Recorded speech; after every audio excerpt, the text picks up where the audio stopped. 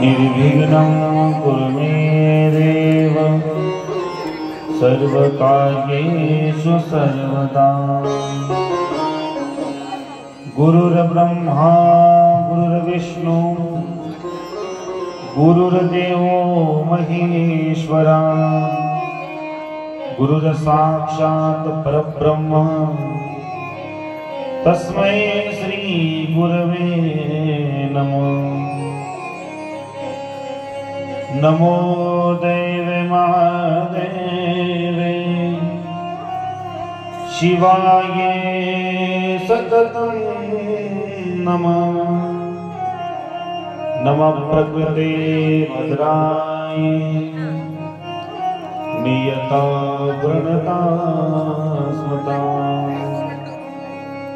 या वन्दे तुषारहारधवला या शुभ्रवस्त्रान्विता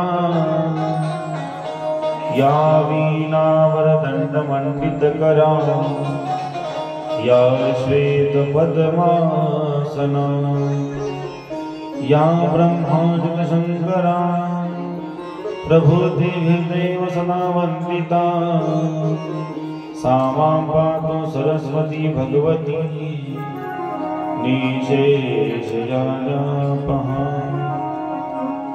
करचरणकृतं वा कायं कर्मजं वा श्रवणनयनं वा मानसं वा परादं विहितं वा सर्वमेव समस्व। जय जय करुणाब्धे श्री महादेव शंभो। मनोजवं मारुततुल्यवेगं जितेन्द्रियं बुद्धिमतां वरिष्ठं वातात्मनं वानरयोतमुख्यं श्रीरामदूतं शरणं प्रपद्ये।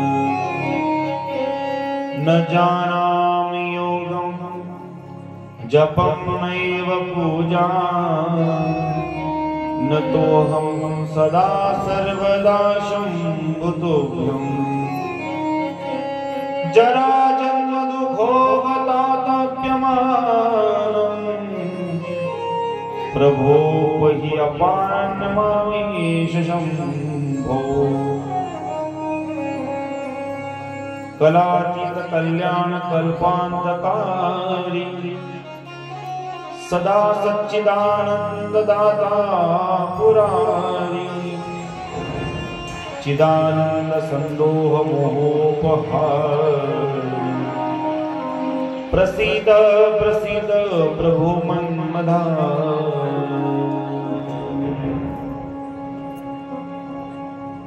सगळ्यांनी माझ्या मागे महामृत्युंजय मंत्राचा जाप करायचा आहे।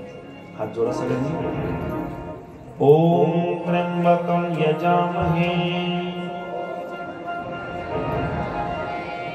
विहिडगाव मध्ये बाया बोलत नाही का? अच्छा बोलतात म्हणजे हसल्यात तर बोला ना मग। महादेवाला आपल्याला जवळ बोलवायचं आहे ना तर या महामृत्युंजय मंत्राचा जाप करावाच लागेल आपल्याला। ओम त्र्यंबकं यजामहे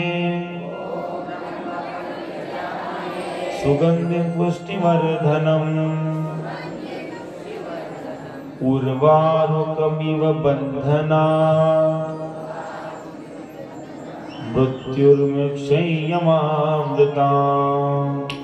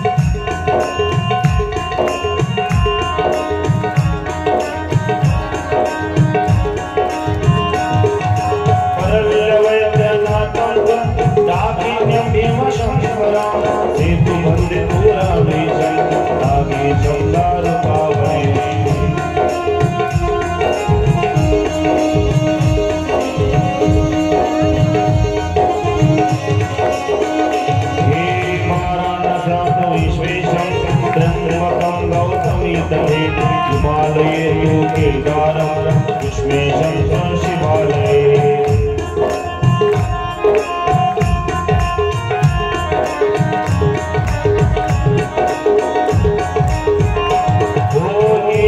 ज्योतिर्लिंगानि सायं राजा पठेन्द्रं सप्तजन्मकृतं पापं स्मरणेन विनश्यति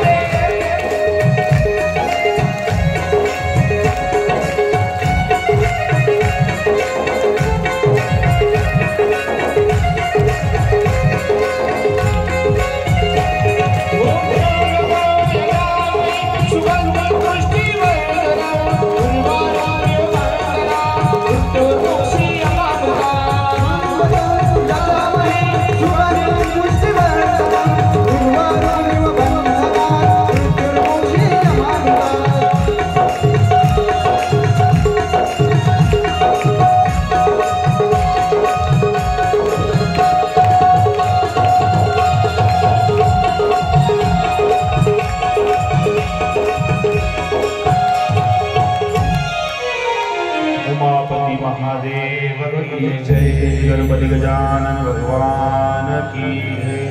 श्री आदि माया जगदम्बा माता की जय। सद्गुरु जोग महाराज की जय। सद्गुरु मोठे बाबा की जय। नमः पार्वती पते हर हर सबका आवाज आना चाहिए। नमः पार्वती पते हर हर हर हर हर हर महादेव शंभो। अखिल कोटी ब्रह्मांड नायक अकारण करुणावलयी पंढरीश पांडुरंग परमात्मा थोड्या मोठ्यांच्या पदस्पर्शाने पुनीत पावन झाले ही श्री क्षेत्र वेहडगाव नगरी आणि या वेहडगाव नगरी मधल्या या रामकृष्ण हरी मंदिराच्या प्रांगणामध्ये भूत भावन अखंड समाधी आनंद घर देवादी देव महादेव यांची वाङ्मयीन मूर्ती म्हणजे श्री शिवमहापुराण कथा त्या कथेची आज सुरुवात। मोठे भाग्यवान आहात तुम्ही। पवित्र पर्वकाळ आहे, पवित्र स्थान आहे आणि त्या ठिकाणी पवित्र ग्रंथ आहे। सुंदर त्या ठिकाणी योग आलाय बघा, काय भाग्याचं लक्षण असेल। 18 पुराणांची निर्मिती व्यासांनी केली आहे, पण या सर्व पुराणांमध्ये ज्याला महापुराण म्हटलं जातं ते शिवमहापुराण आहे। आणि अशा सुंदर पुराणांची इतर पुराण तुम्हाला भाग्याने ऐकायला मिळतात, पण शिवमहापुराण तुम्हाला सौभाग्याने ऐकायला मिळतं। आज तुमच्या सगळ्यांचं सौभाग्य झालं आहे। यात आपल्या गावामध्ये कथा आहे। भगवंताची वाङ्मयीन मूर्ती आहे आणि तिचं आपल्याला श्रवण करायचं। खरं सांगू तुम्हाला, खरंच खऱ्या अर्थाने मानावं लागेल ज्या मंडळाने हे सुंदर त्या ठिकाणी मला आयोजन केलंय। मंदिराचं नाव धन्वंत बाबा महादेव मंदिर आणि त्या मंदिराचे सर्व सदस्य आणि संपूर्ण ग्रामस्थांच्या सहकार्याने त्या ठिकाणी मायबापू ही सुंदर अशी कथा या ठिकाणी मायबापू आयोजित करण्यात आली। एकदा सर्व आयोजकांसाठी जोरदार टाळ्या वाजवा। मग अशी मला सर्व आयोजक मंडळी धन्वंत बाबांच्या त्या स्थानावर महादेव मंदिरात घेऊन गेले। वेगळी ऊर्जा आहे तिकडे, वेगळी ऊर्जा आहे। अवलिया साधू असावा धन्वंत बाबा, मी तर नाही पाहिलं, ऐकलंही नव्हतं, पण पहिल्यांदा प्रवेश केला. साधूच्या स्थानावर गेल्यानंतर साधूच्या अस्तित्वाचा लहरी त्या ठिकाणी मिळत असतात. ज्या पद्धतीने आनंदीत गेल्यानंतर ज्ञानोबारायांच्या समाधीजवळ गेल्यानंतर सच्च्या वारकऱ्याला लहरी मिळतात, त्या पद्धतीच्या लहरी धर्मंत बाबांच्या सुद्धा पश्चात त्या ठिकाणी त्या मंदिरात त्या प्रांगणात आहेत. म्हणून एवढं सुंदर भव्य असं मंदिर एका वर्षात सर्वांनी त्या ठिकाणी सुंदर असं बांधलं. आणि आज काय भाग्य आहे, या सुंदर भव्य अशा यात्रोत्सवानिमित्ताने प्रथमतःच आपल्या गावामध्ये शिवमहापुराण कथेचा आयोजन करण्यात आले. प्रथमतः ग्रामदेवता, स्थानदेवता, इष्टदेवता, कुलदेवता सगळ्यांना त्या ठिकाणी प्रणाम करतो. गावातील कीर्तनकार, महाराज मंडळी, गायक मंडळी, पखावज वादक मंडळी, भजनी मंडळी या सर्व गावातील संतांच्या, महंतांच्या सर्वांच्या चरणावर नतमस्तक होतो आणि आजच्या या सुंदर अशा कथेला सुरुवात करतो. खरं सांगू, आपल्या गावाचं वैभव म्हणजे आपल्या गावातील कीर्तनकार असतात, आपल्या गावातील संत असतात, आपल्या गावातील भजनी मंडळ असतं, आपल्या गावातील सगळी मंडळी असते. एकदा या सगळ्यांसाठी जोरदार टाळ्या वाजवा. मला खूप आनंद वाटतो सांगायला, मला माझ्या विचाराची मंडळी भेटली. खरं तर मला कथेमध्ये कोणाचं नाव घ्यायला आवडतच नाही आणि त्यांनी सांगितलं महाराज कोणाचंच घेऊ नका. मला इतका आनंद वाटला, कारण की अनेकांची स्तुती आम्हा ब्रह्महत्या, आम्हाला इतरांची स्तुती करणं जमत नाही. आणि अशी मंडळी भेटली की हृदयाला इतका आनंद मिळतो, इतका आनंद मिळतो. अशी मंडळी खूप कमी वेळेस मिळते. कोण किती काम करतंय ते महादेव जाणणार आहेत. आपल्याला खरं त्या अर्थाने त्यांची लीला ऐकायची आहे. कुठलाही ग्रंथ आपल्याला श्रवण करायचा असला तर ते श्रवण करताना अगोदर त्या ग्रंथाचं महात्म्य ऐकणं गरजेचं असतं. जगातला कुठलाही ग्रंथ असू दे, त्याचं महात्म्य का ऐकावं? महात्म्य यासाठी ऐकावं, तो ग्रंथ ऐकल्यानंतर आपल्या मनामध्ये त्यावेळी ग्रंथाविषयी प्रेम निर्माण व्हावं आणि ग्रंथाविषयी प्रेम निर्माण होऊन त्या ग्रंथाने आपलं काय होणार आहे, ग्रंथ ऐकून फायदा तरी काय हे कळल्याशिवाय लोक अलीकडे कलियुगामध्ये फायद्याशिवाय कुठलं काम करत. म्हणून महती कळावी, महत्व कळावं म्हणून त्या ठिकाणी मायबापू आज पहिला दिवस आहे आणि कथेच्या पहिल्या दिवशी ग्रंथ महात्म्य त्या ठिकाणी सांगून जाईल. का करतायत? अलीकडे गेल्या 2-3 वर्षापासून मंडळी महादेवांच्या भक्तीमध्ये खूप त्या ठिकाणी लयमान झाली आहे. महिला मंडळ त्याच्यामध्ये अधिक करून आहे. का भक्ती करावी महादेवांची? कशासाठी करावी? लौकिक दृष्टीने सांगेल आणि व्यवहारिक दृष्टीने सांगेल. का महादेवाची भक्ती करावी? जगाचं नियमन करण्याचं काम त्रिदेव करतात. जगाला उत्पत्ती देण्याचं कार्य भगवान ब्रह्मदेव करतात. जगाचं पालन पोषण करण्याचं काम भगवान श्री विष्णू करतात आणि जगाला मोक्ष देण्याचं काम जर कोण करत असेल तर भोले बाबा करतात. आणि तुम्हा आम्हाला मोक्षाची गरज आहे म्हणून भोले बाबांची भक्ती. खरं सांगू, जीवनाच्या कालखंडामध्ये जेवढा वेळ तुम्ही घरात राहतायत ना त्यापेक्षा अधिक काळ आपल्याला महादेवाजवळ राहायचंय. सांगा बरं पोरांनो, महादेवाचं राहायचं स्थान कुठे आहे? स्मशानात. हो, कैलास आहे मोठं स्मशान आहे. कैलास तर त्या ठिकाणी त्यांचं स्थानच आहे, पण त्यांना आवडतं स्थान कोणतं आहे? स्मशान. आणि खरं सांगा बरं, आपल्याला अधिक काळ स्मशानात राहायचंय का घरात राहायचंय? एक सुंदर हिंदी वाक्य तुमच्यासमोर बोलून दाखवतो. मला मध्ये मध्ये बोलायची सवय हिंदी. आप मकान बहुत अच्छा बनाते हो, बहुत सारे लोग इतना बढ़िया मकान बनाते हो, हमने देखा है बहुत सारों का मकान. मकान आपकी पसंद का होता है, मकान के अंदर का फर्नीचर आपकी पसंद का होता है, मकान का स्टाइल आपकी पसंद का हो सकता है, मकान का कलर आपकी पसंद का होगा, मकान का बेडरूम किचन सब कुछ आपकी पसंद का होता है, पूरा मकान आपकी पसंद का होता है, लेकिन शमशान मेरे भोले बाबा की पसंद का होता है. शमशान मेरे भोले बाबा की पसंद. और ज्यादा दिन मकान में रहना है, शमशान में रहना है. मकान से तो निकालने के लिए लोग जल्दी करते, काळा काळा वेळ होतोय, लवकर लवकर पाहुण्यांना जायला उशीर होईल, उशीर पाहुण्यांना नाही होत, याला गर्दी होऊन जाते, गर्दी मोकळी होईल काढलं म्हणजे. ज्या लेकरा बाळांसाठी दिवस रात्र प्रयत्न करतात ना, ज्या लेकरा बाळांसाठी दिवस रात्र एक करून तुम्ही सुंदर असं घर बांधतात ना, तेच लेकर तुम्हाला घरातून काढण्यासाठी घाई करतात. म्हातारी मेली आहे का? मेली ना म्हातारी, एक काम करा, म्हातारीच्या गोदड्या आहेत का, द्या म्हातारी सोबत. म्हातारीच्या गोळ्या आहेत का, द्या म्हातारी सोबत. म्हातारीचा चष्मा आहे का, द्या म्हातारी सोबत. म्हातारीचं लुगडं आहे का, द्या म्हातारी सोबत. म्हातारीच्या गळ्यात सोनं आहे का, सोनं कोणी देतं का सोबत? लोक स्वार्थाने प्रेम करणार आहे तुमच्यावर, स्वार्थापोटी लोक काढण्यामध्ये असतात, पण आपण त्याच्यामध्ये अडकलोय. वृंदावनमध्ये एक संत होऊन गेले, राजेश्वरानंदजी महाराज, खूप सुंदर म्हणतात, मृत्यू देखता है औरों की रोज सवेरे शाम,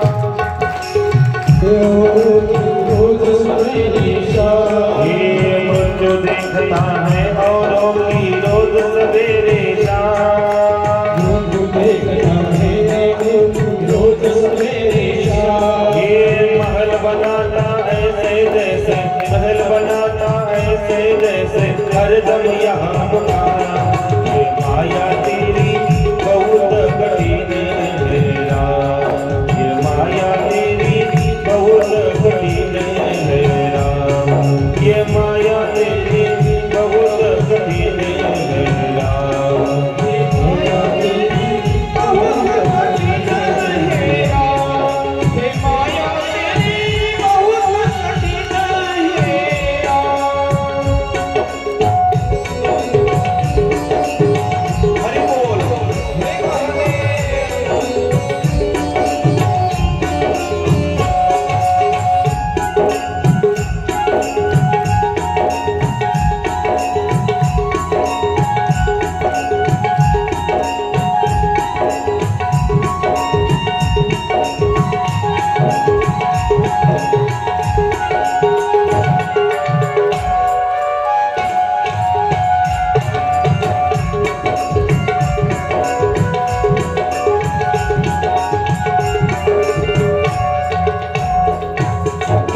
मृत्यु देखता है औरों की रोज सवेरे शाम, महल बनाता ऐसे जैसे हरदम यहाँ मुकाम, ये माया तेरी बहुत कठिन है राम. सुंदर सुंदर घर बांधले आपण, घरात राहायचं नाहीये, जायचं स्मशानात, आणि स्मशानाचा मालक जर कोण असेल तर माझा भोलेनाथ आहे, आणि जर त्या भोलेनाथाजवळच जायचं असेल तर या संसारामध्ये रममाण होऊन किती दिवस तरी रममाण करणार आहात तुम्ही? संसारामध्ये विश्रांती नाही, भोलेनाथाजवळ गेले की विश्रांती आहे. संसारामध्ये विश्रांती आहे का? विश्रांती नाही कोठे, रात्रंदिवस तडमड, इथं विश्रांती नाही. विश्रांती भोलेनाथांकडे आहे, म्हणून त्यांची कथा आपण ऐकायला. कोणी ऐकलंय शिवपुराण, कोणी सांगितलंय प्रथमता? शिवपुराणाचे प्रथम वक्ते भगवान भोलेनाथ आहे, तर प्रथम श्रोता म्हणजे उमा महेश्वरी आईसाहेब पार्वती आहे. हिंदू सनातन धर्माच्या प्रत्येक ग्रंथांची निर्मिती ही संवादातून झाली. कशातून झाली आहे? गप्पांमधून. संवाद करताना, संवाद करण्यासाठी अभ्यास लागतो, वाद करण्यासाठी अभ्यास लागत. लोकांना वाद आवडतात, संवाद आवडत नाही. दोघं महिलांना भांडायचंय, संवाद वाद करायचंय, गलीमध्ये उतरून भांडायचंय, अभ्यास लागतो का? शाळेत शिकवलं जातं का? पुस्तक आहे का त्याचं? जगातल्या कुठल्याच विद्यापीठात नाही एवढे शब्द तुमच्याकडे आहेत. ते गल्लीमध्ये उतरलं की लोही भांडतात. पण संवाद साधण्यासाठी अभ्यास लागतो. गीता सुद्धा संवाद आहे. श्रीकृष्ण अर्जुन संवाद आहे, संवाद आहे. भगवान कन्हैयाचा आणि अर्जुनाचा संवाद आहे. रामचरितमानस ग्रंथ सुद्धा संवाद आहे. काकभूषणी आणि गरुडजींचा संवाद आहे. यज्ञवल्क्य त्या ठिकाणी महाराजांचा संवाद आहे. आणि आई साहेब त्या ठिकाणी जगदंबा आणि भोलेनाथांचा. सच कहू उमा अनुभवमय अपना, सच हरि भगती जगत सब सपना. उमाशी बोलतायत महादेव, आणि अशा संवादातून पती पत्नीचा संवाद झाला तर ग्रंथांची निर्मिती होते. आणि पती पत्नीचा वाद झाला की फारकतीची नोटीस येते. म्हणून संवाद करायचा की वाद करायचा आपल्यावर ठरवून घ्या. पती पत्नीमध्ये संवाद व्हायला हवा. आपल्या सनातन धर्मामध्ये पती पत्नीच्या संवादातून ग्रंथांची निर्मिती झाली. जगातले सगळेच ग्रंथ हे भगवान भोलेनाथ आणि आईसाहेबांच्या संवादातून निर्माण झालेले ग्रंथ आहेत. एवढंच काय? हो महापो, या जगाला मिळणार त्या ठिकाणी महापो अमृत सुद्धा त्यांच्या संवादातून निर्माण झाले. ग्रंथामृत आणि हे शिव महापुराण स्वतः भगवान भोलेनाथ स्वतःच्या मुखातून या ग्रंथाचं त्या ठिकाणी उच्चारण करत आहेत. ग्रंथ महात्म्यासाठी काही स्कंद पुराणात कथा आल्या आहेत, त्या कथा आपल्या समोर त्या ठिकाणी प्रस्तुत करेल. त्या दोन कथा त्या ठिकाणी महत्वाच्या आहेत. का त्या ठिकाणी शिव महापुराण एवढं श्रेष्ठ आहे, शिव महापुराणाचा त्या ठिकाणी एवढं तप का आहे, का आहे समाजाला हे शिव महापुराण त्या ठिकाणी मागू का गरजेचं आहे. देवराज नावाचा ब्राह्मण होता आणि देवराज नावाच्या ब्राह्मणाच्या कडे त्या ठिकाणी मागू तुझ्या परिवारामध्ये त्या ठिकाणी जन्माला आला. ते परिवार अतिशय सुंदर होता, अध्यात्माला मानणारा होता, त्या ठिकाणी मायबाप हो संध्या करणारा होता. परिवार ब्राह्मण परिवार होता, ब्राह्मण परिवारामध्ये देवराज जन्माला आला होता मागो. परंतु प्रॉब्लेम असा झाला, हा ब्राह्मण परिवारात जरी जन्माला आला होता पण याला संगती चांगली नव्हती. संगती, मित्रांची संगती. तुम्ही किती चांगले वागतात याला महत्व नाही, तुम्ही तुमच्या परिवारामध्ये किती चांगले आहात त्याला महत्व नाही, तुमच्या मुलांचे मित्र कोण आहेत ते तपासा. कारण मुलं तुमच्याकडे कमी आणि मित्रांकडे अधिक राहतात, म्हणून अवघड आहे. त्यांना तपासा. याला चुकीचे मित्र भेटले आणि चुकीच्या मित्राच्या मागे लागला आणि चुकीचे काम करू लागला. करता करता एके दिवशी अशी घटना घडली की तो चुकीचं कार्य करून घरी आला आणि बाप त्याला मारायला गेला.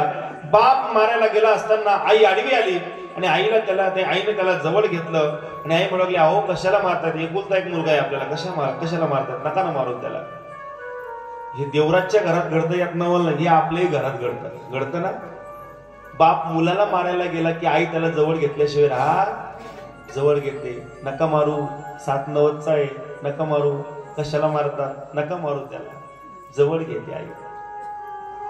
पण खरं सांगू का माय, त्याला मार खाऊ द्या, मारू द्या त्याला, मारल्याशिवाय तो त्या ठिकाणी घडणार. हे आमच्या वयाची जी ती म्हणे यांना विचारा किती मार खाल्लाय बापाचा. ज्यांनी बापाचा मार खाल्लाय ते अजून सुद्धा वळण चुकलेले. बाप जाऊ दे, गलीतला सुद्धा मारून चालला जायचं तरी बोलायचं काम नव्हतं, कोणाला सांगायचं काम नाही. गुरुजीचा धाक राहायचा, गुरुजी दारात येईल म्हणून लोक पोरं पळून घरात जायचे.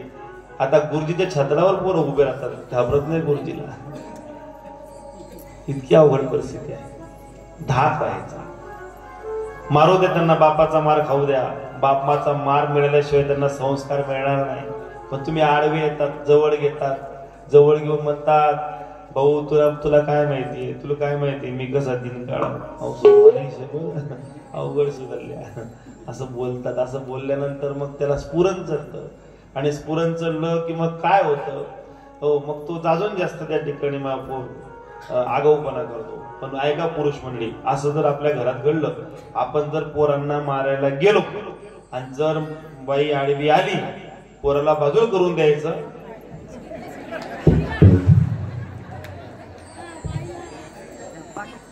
आणि बाईला समजावून सांगायचं की याला मारावं लागेल, असं करू नको. तुम्ही काय विचार केला होता, आपण हिंसेच्या विरोधात आहे, तुम्ही चुकीचा विचार करू नका. फक्त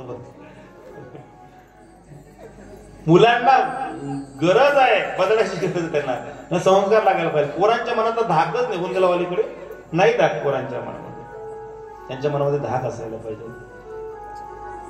बाप आपला विरोधक आहे असं ज्या लेकराला वाटतं, ते लेकरू कधीच आपल्या आईवडिलांची सेवा करू शकत नाही आणि जीवनामध्ये पुढे जाऊ शकत नाही. आम्ही आज सुद्धा बापाचा धाक पाडतो. बाप घरात आल्यानंतर आम्ही खाली मान घालतो, बाबा बोलत नाही बापाच्या समोर वर मान करून. हे धाक जीवनामध्ये, ज्याच्या जीवनामध्ये बापाचा धाक आहे ना, त्याच्या जीवनात कधी चुकीची गोष्ट घडणार नाही बाबू. म्हणून धाक राहू द्या. ही वाढत गेली, याच्या चोऱ्या वाढत गेल्या, पापा वाढत गेली. याने काय केलं, एके दिवशी त्या आईला मारलं त्याने. बाप बोलायला गेला, बापाला मारलं, आईला मारलं, बापाला मारलं, पत्नीला मारलं. हो, मारहाण सुरू केली. त्यांनी त्याचा नाद सोडला. एक निघून जायला लागलं. एके रात्री बाप निघून गेला, एके रात्री आई निघून गेली, एके रात्री पत्नी निघून गेली. आता हा एकटा पडला. ऐका मंडळी, जोपर्यंत अंगात ताकद आहे तोपर्यंत तुम्ही जगावर धकून घेता. ज्या दिवशी अंगातली ताकद संपते ना, त्या दिवशी आपण कोणावर काही धकू शकत. हे कातड आहे ना, हे कातड, हे चमड आहे ना, चामड, हे कळक आहे तोपर्यंत आपल्याला बरं आहे. हे चामड ज्या दिवशी ढिल्लं पडलं ना, कोणी आपल्या जवळ राहत नाही. आणि काय वाटतं तुम्हाला, हे लोक प्रेम आपल्यावर करतात का? काही लोकांना वाटतं मी सुंदर आहे म्हणून माझ्यावर टीका, तुमच्यावर नाही करतात, हे चामड्यावर करतात. आणि बाकीच्या सगळ्यांचे चामडे काढले की मध्ये एकच आहे माल सगळ्यांचा, काही वेगळा, फक्त चामड्याचा फरक आहे.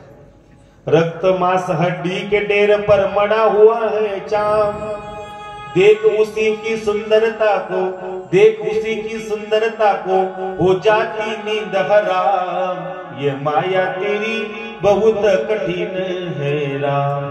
मध्ये काय रक्त मांस हड्डी, त्याच्यावर चामडं मोडून दिलंय देवाने, शिवून दिलंय त्याला, आणि आपल्याला त्याची सुंदरता पाहिली की पोरं रात्रभर झोपत नाही, सुंदरतेच्या मागे पडले. देह जाणार जाणार त्यासी काढोबा खाणार, हा देह जाणार आहे, याच्या नादी लागू नका तुम्ही. ताकद आहे तोपर्यंत लोकांना मूर्ख समजतोय, काही कोणाचं ऐकायला तयार नाही. परिणाम असा घडला, शेवटचा काळ आला, अंत काळ आला, खायला एक वेळ भेटत नाही, करावं काय. आता तो फिरता फिरता प्रवास करता करता करता करता प्रतिष्ठानपूर नावाच्या नगरामध्ये जाऊन बसला. कुठलं हा, आता काही ग्रंथांमध्ये प्रतिष्ठानपूर काशीला म्हटलंय, परंतु जर आपण खऱ्या अर्थाने त्याला विचार केला, आपल्या महाराष्ट्रामध्ये सुद्धा एक काशी आहे आणि त्याचं नाव प्रतिष्ठानपूर आहे, आणि त्याचा अपभ्रंश होऊन आज पैठण झालंय. काय झालंय? पैठण. पैठण नगरीचं जुनं नाव आपण विचार केला ग्रंथामध्ये तर प्रतिष्ठानपूर आहे. प्रतिष्ठानपूर पैठण आहे, पैठण, आणि ती पण काशीच आहे, दक्षिण काशीमध्ये तिला. प्रतिष्ठानपूर नावाच्या नगरामध्ये गेला आणि त्या ठिकाणी गेल्यानंतर त्याने त्या ठिकाणी एका मंदिराच्या आश्रयाला थांबला. या मंदिरात प्रसादी आपण ग्रहण करून इथं आपण निवारा करू.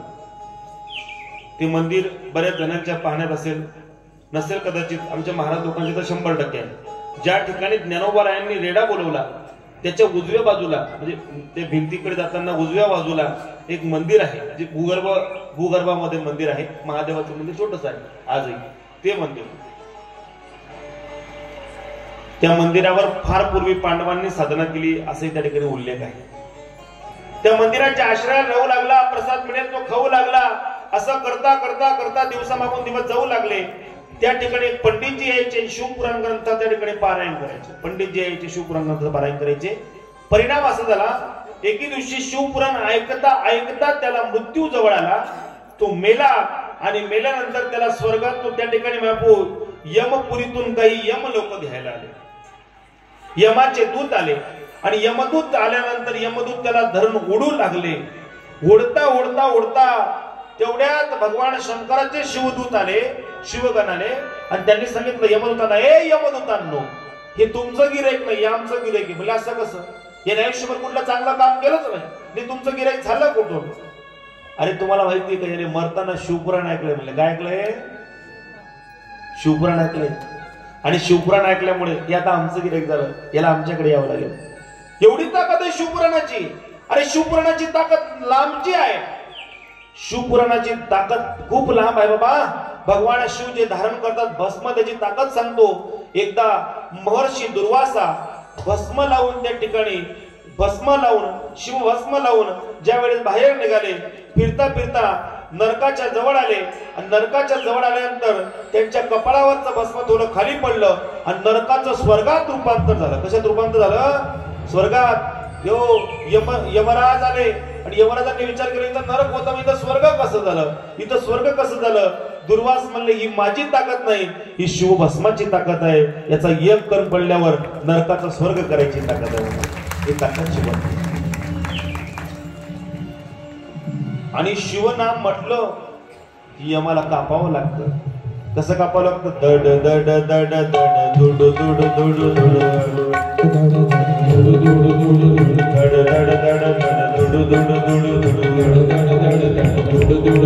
हे पड सुटला कडी काढा बापुडिया रे, पड सुटला कडी काढा बापुडिया रे, शिवनाम सिदड मुखी सेविता कापुडिया रे, शिवनाम सिदड मुखी सेविता कापुडिया रे.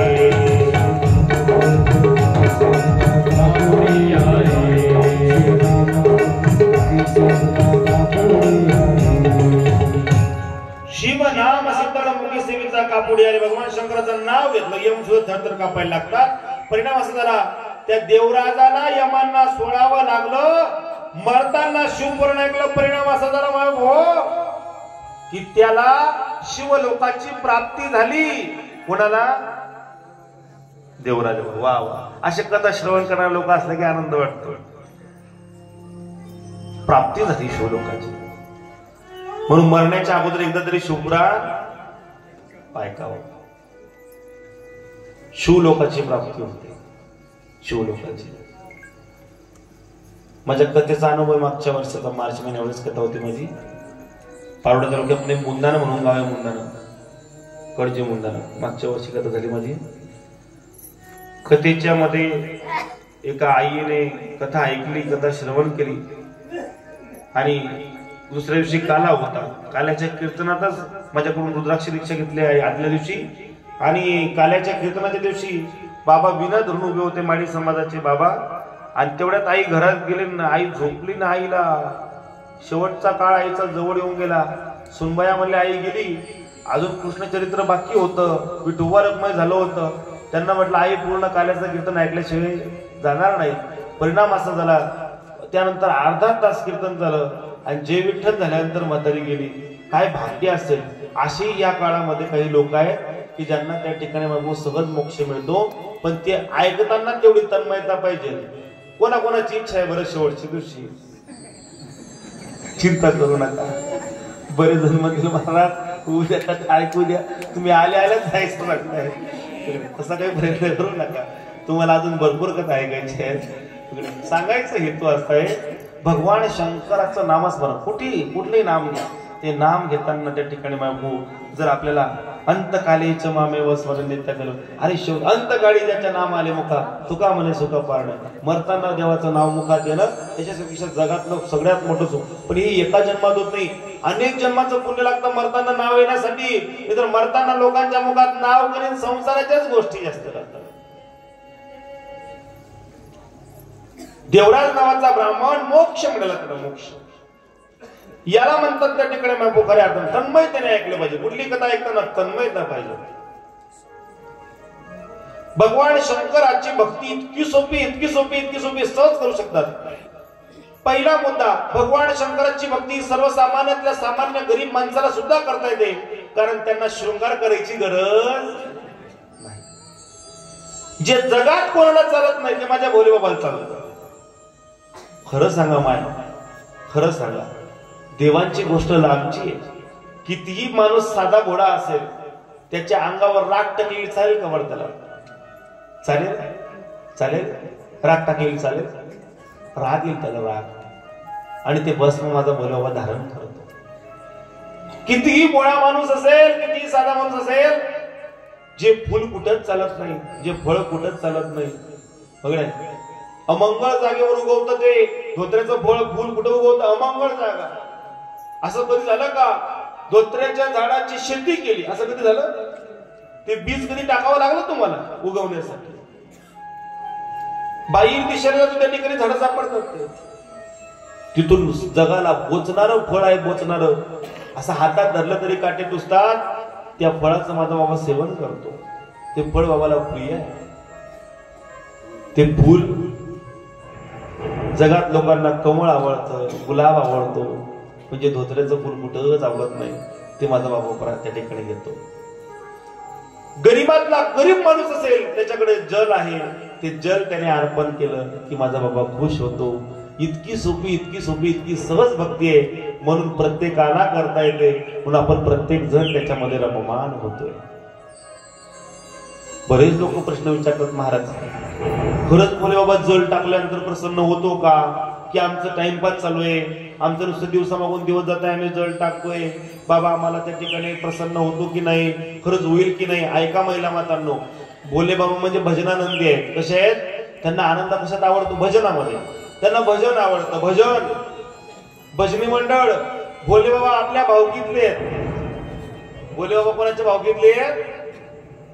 म्हणून भोले बाबा स्मशानात राहतात. म्हणून आपल्याला काही लवकर बिल्डिंग देत नाही बाबा.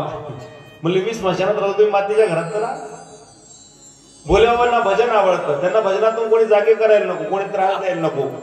त्यांना डिस्टर्ब केलेलं आवडत नाही, ते नेहमी सतत भजन करतात, सतत भजन करतात.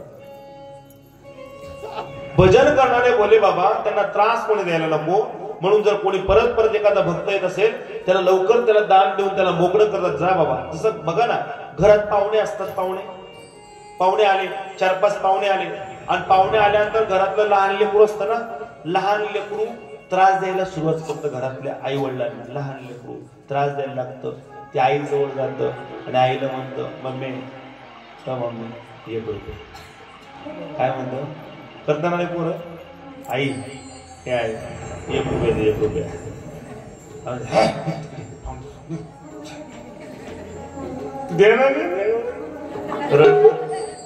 तू मुद्दाम करतो, ए आई दे, ₹1 दे.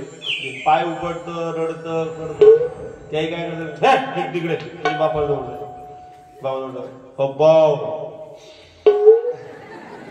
इतकी विचित्र असता पोरं. हो बाप्पा ₹1 देव गो ₹1 रे, एकामेकामा नको करू, निघ तिकडे पाहुणे. रडायला लागलं. बाप काय करतं रागाच्या भरात, ₹1 देत, 10 नोट करतो, करताना असं करतात. आता हे इकडे बघा, महिला मंडळ तुम्ही हेच करतात, लोटा घेऊन जातात घरून. बाबा हो बाबा, भाऊन लगीन जमीन बाबा, हो बाबा, आमले कोणी तुम शोधते बाबा. असं परत परत परत परत जड टाकून बाबाला वाटतं की माय काय आपल्याला शांती लागू देणार. त्यापेक्षा या मायला तिचं फळ दिलेलं बाबा लवकर देऊन मोकळं करतात. असे माझे बाबा सहज प्राप्त होतात, सहज प्रसन्न होतात. पोळ्या जल अर्पण करा, आत्मीयतेने करा, तन्मयतेने करा आणि भावनेने करा, प्रेमाने करा, मनामध्ये प्रेम ठेवा. खरं सांगू का, खरं सांगू, भोले बाबाकडे नेहमी हल ढूंढण्यासाठी जाऊ नका. हमेशा हल ढूंढने के लिए जाने वालों, हमेशा हल ढूंढने के लिए जाने वालों, कभी कभी भोले बाबा की हलचल भी पूछ लिया करो, हलचल भी पूछ लिया करो. नेहमीच काय उपाय शोधायचा का? कधी कधी बाबाला विचारा, बाबा बस आहे, खूप लोक त्रास देतात तुला, खूप लोक विचारतात बाबा. हो, लोक नेहमी देवाकडे मागतात, पण देवाला माग कधीतरी देव मागून घ्या. पण लोकांना देव न लगे 60 वनीचे देव आवडत नाही लोकांना. पुढची कथा त्या ठिकाणी बिदुंग आणि चंचुलाची कथा आहे. सुंदर कथा आहे, खूप बोध देणारी कथा आहे. लक्ष देऊन ऐका. बिदुंग नावाचा ब्राह्मण. काही लोक म्हणतात महाराज ब्राह्मणांच्याच का कथा आहे हो, कारण लोक अलीकडे ब्राह्मणांचा अधिक द्वेष करतात, लोक खूप द्वेष करतात. पण विचार करा, सगळ्या कथांमध्ये बघा, आता इकडे देवराज ब्राह्मणाला, बिदुंग ब्राह्मणाला, तिकडे याच्या भागवत कथेमध्ये आत्मदेव नावाचा ब्राह्मण आहे. प्रत्येक कथेमध्ये पहिलं उदाहरण ब्राह्मणाचं दिलंय. लक्ष देऊन ऐका. इतर जातीचं कोणाचं उदाहरण दिलं असतं लोकांनी ब्राह्मणांचा विरोध केला असता, म्हणजे आपलं सोडून आपलं उदाहरण, त्यांचं सोडून आपलं उदाहरण दिलं. पण प्रत्येक ग्रंथामधल्या ग्रंथाचं महात्म्य सांगताना पहिलं उदाहरण ब्राह्मणाचं आहे. बिदुंग नावाचा ब्राह्मण आहे, त्याची पत्नी चंचुला. काय तिचं नाव? हा जो बिदुंग आहे ना, हा बिदुंग हा त्या ठिकाणी बापू धर्मशास्त्राच्या विरुद्ध वागणार आहे. त्याला धर्मशास्त्राच्या कडून वागत नाही, तो विरुद्ध वागतो, धर्मशास्त्राला विरोध करतो तो. पण पत्नी ही धर्मशास्त्रानुसार वागणारी आहे. आज अनेक घरांमध्ये अशी परिस्थिती आहे, पती माणस हे धर्माचे आचरण करत नाही, पण स्त्रिया मात्र केल्याशिवाय राहत. ती पतिव्रता आहे. प्रत्येक माणसाला वाटतं की माझी पत्नी पतिव्रता असावी, पण ती पतिव्रता असण्यासाठी तू पण पत्नीव्रता राहा. तू पण तिच्यासाठी त्या पद्धतीने जीवन जग. पतिव्रतेचा अर्थ काय? तुकोबाराय म्हणतात, पतीची या अनुसरिणी मता, तुका म्हणे जी पतीच्या मतानुसार वागते तिला पतिव्रता म्हणतात. पण ऐका माय, पती जर चुकीचं वागत असेल तर त्याच्या मताला विरोध करण्याचा अधिकार सुद्धा पतिव्रतेला आहे. गोस्वामी तुलसीदासांची पत्नी विरोध केला तुलसीदासांना, म्हणून आज आपल्याला रामचरितमानस ग्रंथ पाहायला भेटला. पतीचा पाय दाबणं म्हणजेच पतिव्रता नाही. पतीला योग्य वेळेस सल्ला देणं, कशी असावी पत्नी कशी असावी, भोजनेषु माता, जेवण करताना आईसारखी असावी, शयनेषु रंभा, झोपताना रंभेसारखी असावी, प्रत्येक वेळेस त्याचं वेगळं पात्र असावं. पतीचा पाय दाबणंच म्हणजे त्या ठिकाणी पाय दाबलं तर चांगला आहे, उपाय तो सुद्धा बरं का, सुंदर उपाय. जी माय माऊली आपला पतीचा रोज पाय दाबते तिच्या घरामध्ये कधीही पैशांची कमी राहत. आता कोणीच वाजले नाही टाळ्या, तुला आवडलं नाही काही, कमीत कमी माणसाने तर वाजायला पाहिजे होते. तुम्हाला आवडलं नाही का उपाय? महाराज तुम्ही सांगता आता त्यांनी बी दाबले असते, पण बऱ्याच जणांचे पाय सरळ घरी येत नाही ना, ते असे असे काही काहीचा पाय करून गुण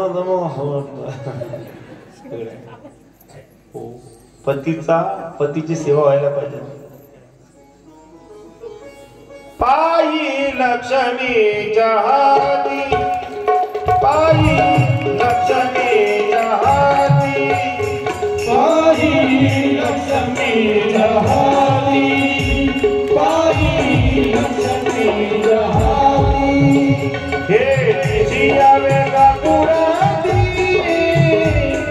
तिशिया वेगा पुराती, वेगे आनावा जोहरी, वेगे आनावा जोहरी, वेगे आनावा जोहरी, वेगे आनावा जोहरी.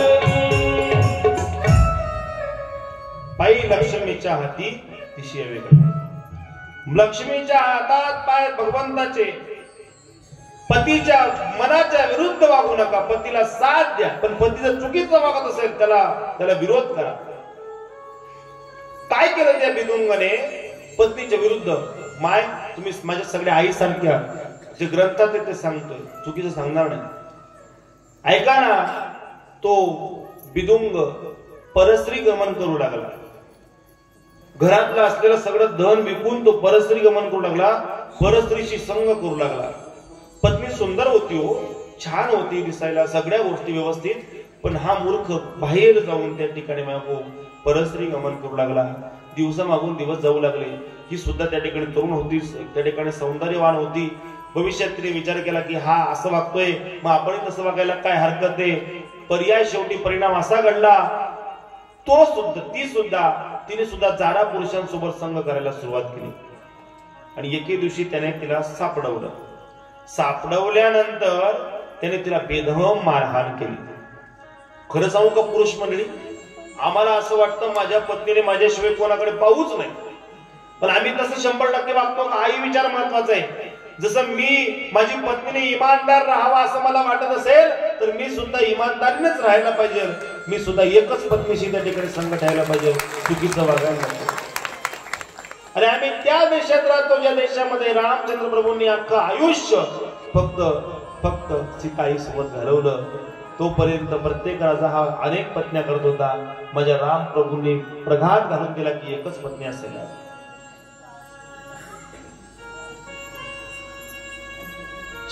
मारून जगला. ती म्हणले तुझ्या चुकीमुळे मी चूक करते. शेवटी सांगितलं एक काम करशील तू कर, म्हणलं जरा पुरुषाच्या संग, पण एक काम कर, फुकट ना करू, त्यांच्याकडनं पैसे घे आणि ते पैसे मला दे, मला परस्त्री गमन करू दे. आता हे असं घडलं, चुकीचं चाललंय. एके दिवशी घडलं काय, एके दिवशी काही कारणरूप तो मेला. त्या ठिकाणी त्याला मारण्यात आलं, मेला. आणि आता ही चंचुला, ही जोपर्यंत तरुण होती तोपर्यंत हिचा सगळा तो व्यवसाय चालू होता. पण काही दिवसांतर ती वयस्कर झाली, तिच्याकडे लोक येणं कमी झाल्यानंतर ऐका, माणसाने एक चूक केली की चुकीमध्ये माणूस फसत जात. परत एकदा खोटं बोललं की परत खोटं बोलतं. एकदा एक चूक केली की परत ती चूक होत जाते. एवढा गुंत तो माणूस की तिथून एकदा एंट्री आहे पण एक्झिट, पाप की शाला में एंट्री तो है लेकिन एग्जिट नहीं है. इसलिए पाप के स्कूल में कभी एंट्री मत कर. एकदा माणसाला पाप करायची सवय पडली की पापच करत जातो. आणि एकदा पुण्य करायची सवय पडली की माणूस पुण्यच करत जातो. एक चांगलं काम केलं की माणसाला चांगलं काम करायची बुद्धी येते, आणि एक वाईट काम केलं ते वाईट काम जेवलं तर माणसाला वाईट काम करायची बुद्धी, म्हणून चांगले काम करायचं. ऐका ना, तो बिदुंग मेला. आता ही चंचुला हिला कळलं की अरे आपण चुकीचं करतोय, आता आपण काहीतरी त्या ठिकाणी बदल करायला हवा. ती आता फिरता फिरता गयेला गेली आणि गयेला जाऊन त्या ठिकाणी राहू लागली. तिथं जवळच त्या ठिकाणी पंडितजी कथा सांगत होते, आणि कथा सांगत असताना त्यांनी त्या ठिकाणी सांगितलं, आपल्या पतीला किंवा आपल्या पत्नीला त्या ठिकाणी धोका देऊन जर एखादा स्त्री एखादी पुरुष चुकीच्या त्या ठिकाणी अनैतिक संबंध करत असेल तर त्यांना कुंभीपाक नावाच्या नरकामध्ये जावं लागतं. त्या ठिकाणी गेल्यानंतर त्या ठिकाणी गरम असलेल्या पाकामध्ये त्यांना बुडवलं जातं. उभा असा स्तंभ असतो, तापलेला स्तंभ असतो, नग्न करून त्या स्तंभाला त्यांना मिठी मारायला लागते. एवढा त्रास घाबरली ती. त्या पंडितजींना एकांतात गेल्याने विचारलं, हे पंडितजी मला सांगा, माझ्याकडनं खूप चुका झाल्या आहेत, मला या पापातून मुक्त होण्यासाठी काय करावं लागेल? ऐका बापू, ऐका, तुमच्या घडलेल्या चुका असतील, तुमच्याकडनं घडलेलं पाप असेल, तुमच्याकडनं घडलेल्या चुकीच्या गोष्टी असतील, त्या गोष्टी फक्त दोघांजवळ सांगा. तुमचं दुःख असेल ना, तुमचं सुख असेल, फक्त दोघांजवळ सांगा. एक देवाजवळ आणि एक संताजवळ. तिसऱ्या जवळ सांगू? हे संसारातले लोक आहेत ना, रडून ऐकतात, हसून सांगतात. ऐकताना अरे असं का बरं बाहेर, अरे काय खरे त्याचं असं दुःख त्याच्या घरामध्ये सुनबाई ऐकत नाही, आहे ना. इतके लोक विचित्र आहेत. म्हणून कधी आपले दुःख लोकांजवळ सांगत बसू. बऱ्याच म्हाताऱ्यांना सवय, घरीच बसल्या का 2-4 जमून घेतात, मी चांगली नाही शेती, ठिकाणा नाही, ध्यान देत नाही. घरातले कुठ बाहेर कशाला सांगताय तुम्ही? नका सांगू. स्वतःची इज्जत बाहेर देऊ नका, बाहेर स्वतःच्या मुलाविषयी वाईट बोलू नका. आणि सुनबायांनो, तुम्ही पण सासूचे वाण बाहेर वाटू नका बरं. आम्ही दैडी कोय बरी सांगता असं नका करून दे. बऱ्याच सुनबाया ते म्हणतात आम्ही कशी जात नाही. गल्लीतली एखादी गेली की म्हणतात की हिचा नंबर लागला, आमच्या म्हातारीचा नंबर घ्यावा लागतो. असं करू नका. ती आपली आई आहे ना, आई आहे ती पण. स्वतःच्या घराची आबरू बाहेर वेचून टाकू नका. चिंता करू नको म्हणले चंचुला, मी तुला मोक्षाचं त्या ठिकाणी साधन सांगेल. तू आता इकडे गयेला आले ना, इथं तीर्थावर स्नान करते. तीर्थावर स्नान करायला गेले. स्नान करायला गेल्यानंतर ऐका बापू, तिने तीर्थावर स्नान करताना काही नियम आहेत. अर्घ्य द्यायचं असतं. नाभी एवढ्या जलमध्ये जाऊन उभं राहायचं. किती? आपल्या नाभी एवढ्या पाण्यामध्ये जाऊन उभं राहायचं आणि अर्घ्य व्हायचं. अर्घ्य व्हायचे 4 प्रकार आहेत. पहिलं अर्घ्य त्या ठिकाणी सूर्यदेवाला व्हायचंय. कोणाला व्हायचंय? सूर्यदेवाला. दुसरे अर्घ्य आपल्या पितरांना व्हायचंय. कोणाला? आपल्या डाव्या हाताचा अंगठा आहे ना, त्या अंगठ्याकडून आपल्याला पाणी सोडायचंय, जल घ्यायचंय. का? कारण आमचे पितर या ठिकाणी आले आहेत की नाही मला माहित नाही, पण त्या पितरांना सुद्धा दे तीर्थराज, या पितरांना सुद्धा मोक्ष दे, म्हणून ते डाव्या हाताच्या अंगठ्याकडून ते जल सोडायचंय. हे दुसरं अर्घ्य. तिसरं अर्घ्य त्या ठिकाणी साधू संतांना आणि त्या तीर्थाला अर्पण करायचंय. घेऊन खालून असं मधून पाणी सोडायचंय. आणि चौथं अर्घ्य स्वतःमध्ये असणाऱ्या ईश्वराला घेऊन स्वतःच्या अंगावर ते अर्घ्य घ्यायचंय.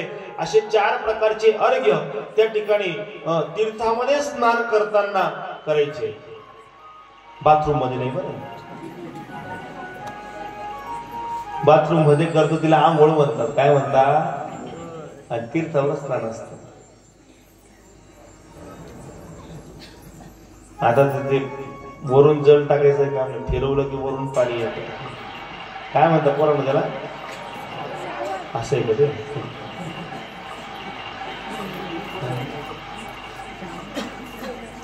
अर्घ्य व्हायलाच हवं. सूर्याला सुद्धा अर्घ्य द्यायलाच हवं. पितरांना अर्घ्य द्यायलाच हवं. स्वतःतल्या आपल्या ईश्वराला संतांना अर्घ्य जायलाच हवं. तिने ते अर्घ्य दिलं. कथा श्रवण केली. कथा श्रवण केल्यानंतर काही दिवसांतर तिचं शरीर क्षीण झालं आणि ती त्या ठिकाणी ईश्वरास प्रिय झाली.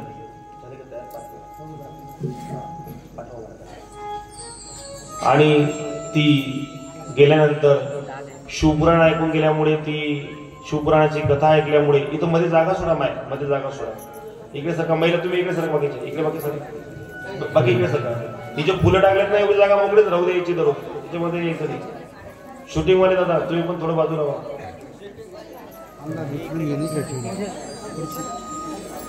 घडलं असं की लक्ष द्या तुम्ही, एक लक्ष द्या. सुंदर कथा आहे. त्या शिवलोकात गेल्यानंतर ती आईसाहेब पार्वतींची जवळची दासी झाली. आईसाहेब पार्वती तिच्यावर नितांत प्रेम करू लागल्या. एवढं प्रेम करू लागल्या, एवढं प्रेम करू लागल्या की सगळं तिला मनात सांगू लागल्या. एके दिवशी ती जवळ बसली असताना विचारलं, का ग चंचुला, काही चिंतेत आहेस का तू? काही चिंता आहे का तुला? काही टेन्शन आहे का? त्यावेळेस चंचुला म्हणाली, म्हणले खरं सांगू आई? म्हणले बोल ना. मी तर सुखरूप आहे, पण आमचे हे कसे असतील मला सांगता येत नाही, कुठं असतील? म्हणले डोळे बंद करून पाहिलं. म्हणले तो विंध्य नावाच्या, थांबवा 2 मिनिटं, थांबवा 2 मिनिटं, थांबवा.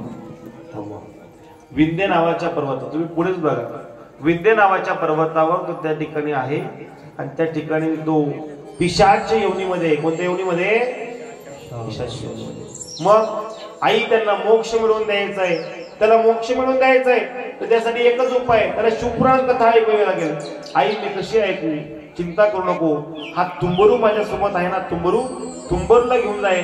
तुंबरू सुंदर शिवपुराण कथेचं गायन करतो, त्याला घेऊन जाय आणि त्याला घेऊन अगोदर दोघांनाच पाठवा. फक्त चंचुला माता नारदजी जी तुझे तुंबरू आहे त्यांना दोघांना पाठवा. आणि दोघं जण त्या ठिकाणी बापू त्या विंध्य नावाच्या पर्वताकडे येऊ लागले भजन करत. तिकडे लक्ष द्या.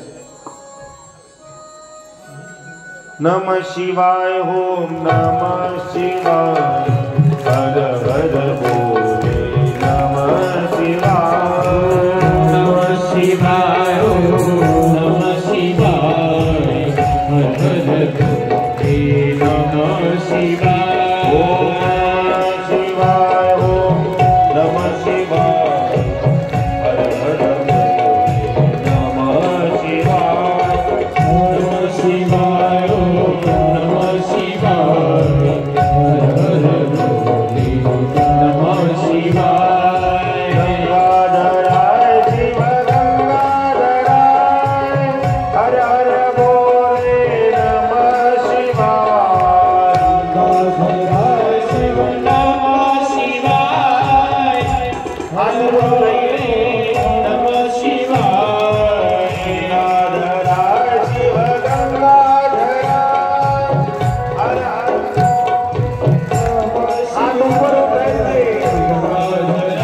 शिव गंगाधराय हर हर बोले नम शिवाय.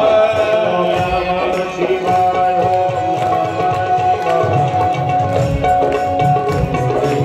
नम शिवाय नम शिवाय नम शिवाय नम शिवाय.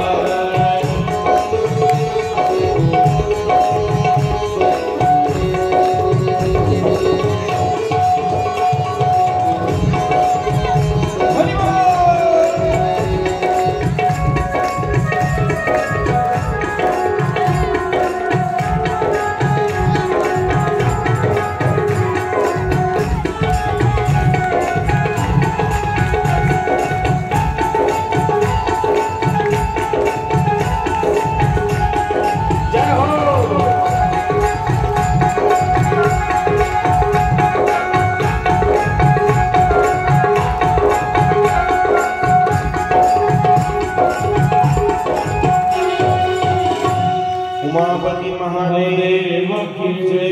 नमः पार्वती पते हर हर. तुम्ही जोरात बोला हर हर हर हर हर हर महादेव शंभो. बघा तुंबरू महाराज आले. ऐका, हे दिसायला जरी नारदासारखे असले तरी तुंबरू आहेत. दोघांमध्ये फरक असा आहे, एक महान शिवभक्त आहेत आणि एक महान वैष्णव आहेत. महान वैष्णव जे आहेत ते नारद आहेत आणि महान शिवभक्त शैव जे आहेत ते तुंबरू आहेत. नरोबरांच्या आरतीमध्ये तुंबरूचा शब्द येतो. आणि असे हे तुंबरू, नारदांचं त्रिपुंड उभं आहे आणि यांचं त्रिपुंड आडवं आहे. आडवं त्रिपुंड धारण करणारे शैव आहेत आणि उभं त्रिपुंड धारण करणारे वैष्णव आम्ही उभं त्रिपुंड धारण करतो, आम्ही वैष्णव हो. पण सगळ्यांचा वैष्णवांमध्ये शिरोमणी कोण असेल तर महादेव आहे. एका जनार्दनी वैष्णव शिरोमणी. महादेव हे वैष्णव शिरोमणी. ऐका, मायबाप हो तुंबरू आला आणि सांगितलं संचूला, म्हणले काय कशी कथा सांगायची आता, इथं कोण आहे. म्हणले ते भूत झालंय. म्हणले मग कुठं असेल ते. म्हणले ते जिवंत असताना एका जागेवर बसत नव्हतं, भूत असताना कुठं बसेल सांगता येत का. बरेच भूत फिरतच राहतात. मी मेलेल्या भूत सांगतो, जिवंत नाही बघ. जिवंत तुम्हाला तुमचंच माहिती. बिचारी बाई वाट पाहत राहते, आधी येतील तो जेवण करू, तो येतील तो. तुम्हाला आहे नाही कळते ना. बरं आता जेवण करू. ते भूत येतच नाही लवकर. थांब मित्र बसले, थांब मित्र बसले. बायांना इतका राग येतो माणसांच्या मित्रांचा, राग येतो सगळे. हे म्हणले ते भूत झाले, आता कुठं असेल काही सांगता येत नाही. तुंबरू म्हणले काहीतरी करावं लागेल. आणि तुंबरून त्या ठिकाणी मायपो आपलं त्या ठिकाणी जल घेतलं आणि त्या ठिकाणी मारलं. आता ते भूत उभं करायचं त्या भूताला. भूत नाचतच आलं. कसं आलं.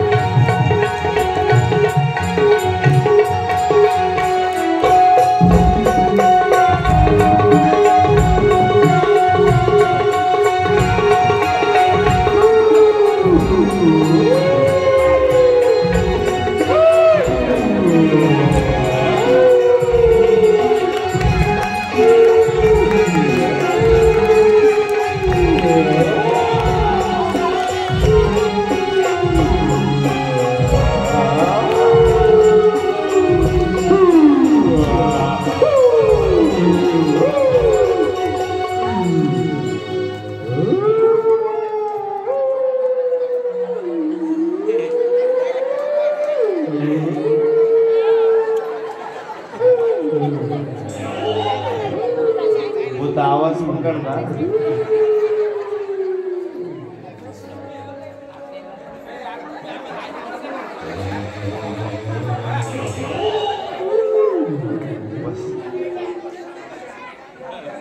मागे लिमिट असते, तर जास्त हात हलवायला लावू नका. घडलं असं ते आल्यानंतर मायबाप हो ते भूत आलं आणि आल्यानंतर आता भूत आहे ते शांत बसेल का बरं. पोरांनो भूत शांत बसता का कथेमध्ये. थांबा थांबा थांबा. बघा ते पोरं सांगतात का रे पोरांनो भूत कथेमध्ये शांत बसता का. नाही बसतात. भूत वय वय वय वय करतात. ते भूताला काय करावं तर बांधावं लागतं. मग त्या ठिकाणी तुंबरूने स्वतः त्याला हाताने बांधलं. ते नामपाशाने त्या ठिकाणी त्याला बांधलं आणि बांधल्यानंतर भूत आता त्या ठिकाणी विदुंबचं भूत जाऊ दे खाली खाली बसू खाली पडू दे खाली पडू खाली बसू दे खाली बसू. हा बांधल्यानंतर ते आता त्या ठिकाणी कथा सांगायला सुरुवात केली. आणि ती कथा म्हणजे दुसरी तिसरी नाही, ती जन्माची व्यथा बदलवते. सुनो रे भाई शिव कथा, सुनो रे भाई शिव कथा, सुनो रे भाई शिव कथा, सुनो रे भाई शिव कथा, सुनो रे भाई शिव कथा, सुनो रे भाई शिव कथा, सुनो रे भाई शिव कथा, सुनो रे भाई शिव कथा. ओ जिसे सुनकर मिट जाती है, जिसे सुनकर मिट जाती है जन्म जन्म की व्यथा. सुनो रे भाई शिव कथा, सुनो रे भाई शिव कथा, सुनो रे भाई शिव कथा, सुनो रे भाई शिव कथा.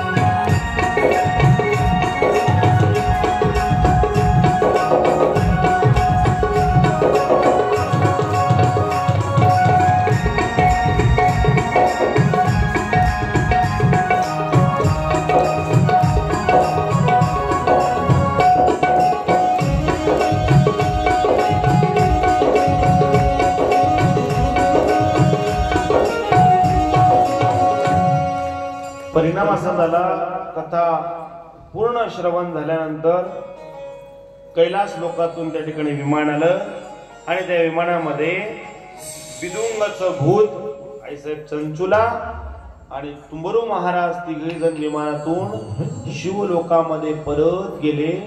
मग माणसांना मोक्ष देते यात नवल नाही, तर आत्म्यांना सुद्धा मोक्ष द्यायची ताकद या शिवपुराण कथेमध्ये जे आपण 7 दिवस श्रवण करणार आहोत.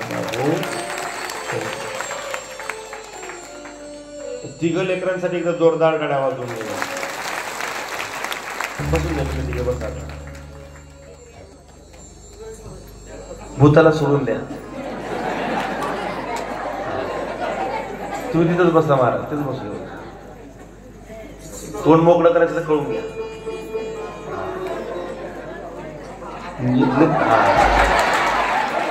ते नेमका आगाऊच भूत बोललाय ना. काय नाव बेटा तुझं? कृष्ण आहे का?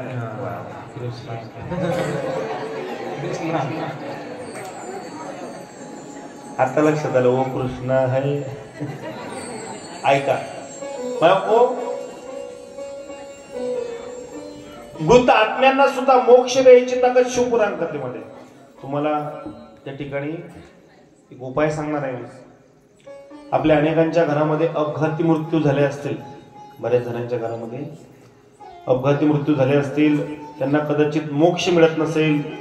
या 5 दिवसामध्ये शिवपुराण कथा तुमच्या त्या मृत आत्म्यांना सुद्धा मोक्ष दिल्याशिवाय राहणार नाही.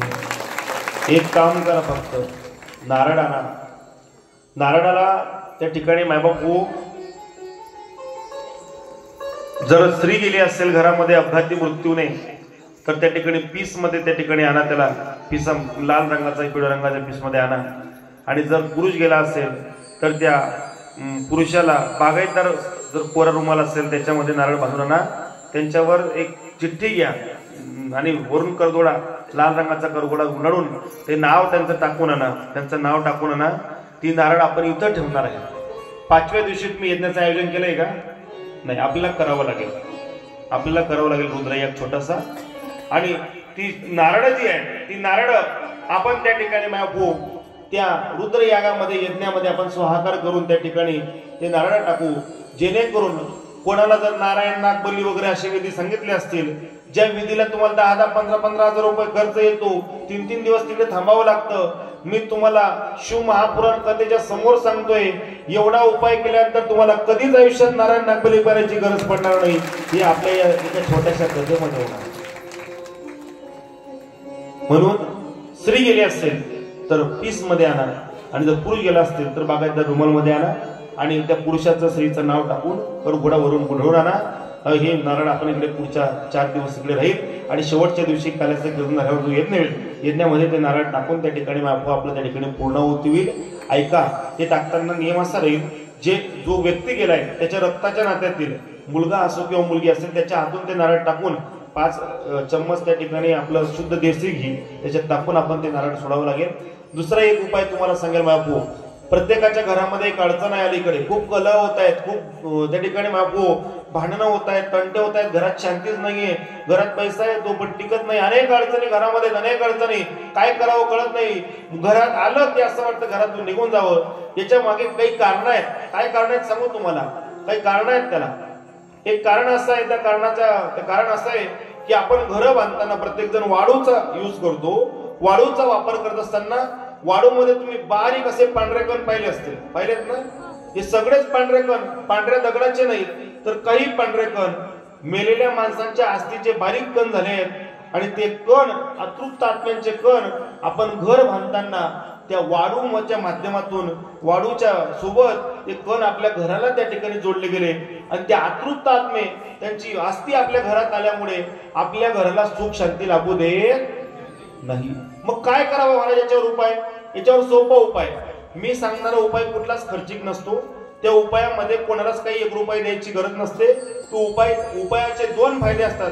एक सायंटिफिक असतो आणि एक आध्यात्मिक असतो. शास्त्रीय वैज्ञानिक दृष्ट्या पण आणि आध्यात्मिक दृष्ट्या पण. म्हणून माझी सांगणारे उपाय, ते उपाय अतिशय त्या ठिकाणी शुद्ध असतील आणि तुम्हाला कुठलाच कोणाला 1 रुपया द्यायची गरज, वारकरी संप्रदायात म्हणतो, आपुली आपण करा सोडवणं. कोणी तुमची सोडवण करणार नाही. म्हणून सोपा उपाय, नारळ आहे का? नारळ द्या मला, माझ्या हातात नारळ द्या, नारळ द्या.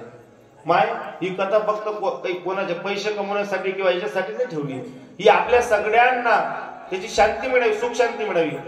तुमच्या प्रत्येकाच्या घरामध्ये त्या ठिकाणी आनंद नांदावा. आज प्रत्येक जण चिंतेत आहे, करावं काय महाराज, सुखी राहण्यासाठी करावं काय. त्यासाठी काही मला करता आलं तर मी त्या ठिकाणी प्रयत्न करेल. खरं तर पैसे कमवणे हा माझा कधीच त्या ठिकाणी हेतू नाही. मी स्वतः MSc झालोय, आता PhD करतोय ऑर्गॅनिक केमिस्ट्रीमध्ये. मी सुद्धा विज्ञानाला मानणार आहे, सोबत अध्यात्माला मानणार आहे. आज संस्था 50 लेकरं सांभाळतोय. तर आज जगाची होणारी फसवणूक थांबावी, उगीच कुठेतरी बापू जगाचे पैसे जाऊ नये, हे सगळ्या विधी थांबवा. असे छोटे छोटे उपाय करा, तुमचा त्या ठिकाणी फायदा झाल्याशिवाय राहणार नाही बापू. नारळ प्रत्येकाच्या घरात आहे, कापूर सुद्धा प्रत्येकाला अवेलेबल होतं, सहज होतं. काय करायचं, नारळ घ्यायचं, येईपर्यंत सांगतो तुम्हाला. त्याचे वरचे छिलके काढून घ्यायचे, फक्त शेंडी पुढची राहू द्यायची आणि त्या ठिकाणी देवघरामध्ये बसून वर्षातून 7 दिवस हा उपाय करायचा. आता समजा आपण कथा आहे, कथेमध्ये आपण तुमच्याकडनं करून घेऊ आणि पुढे जर कदाचित भगवंताने आपली त्या ठिकाणी योग आणला तर त्यावेळेस अजून त्या ठिकाणी सांगण्याचा प्रयत्न करेल. परंतु तुम्हाला अगदी सोप्या भाषेमध्ये सांगतो, प्रत्येक जण करेल आणि प्रत्येकाने करायचं आहे पुढच्या 5 दिवसामध्ये. ऐका ना, नारळाच्या वरच्या छिलक्या काढून द्यायचं, फक्त शेंडी राहू द्यायची आणि ती जी शेंडी आहे प्रत्येकाच्या घरात देवघर आहे. आज आम्ही ज्यांच्याकडे भोजन केलं त्यांचं नाव काय, पोपट दादा. सुंदर देवघर आहे हो, खूप सुंदर, मला खूप आवडलं. जोरदार टाळ्या त्यांच्यासाठी वाजवा.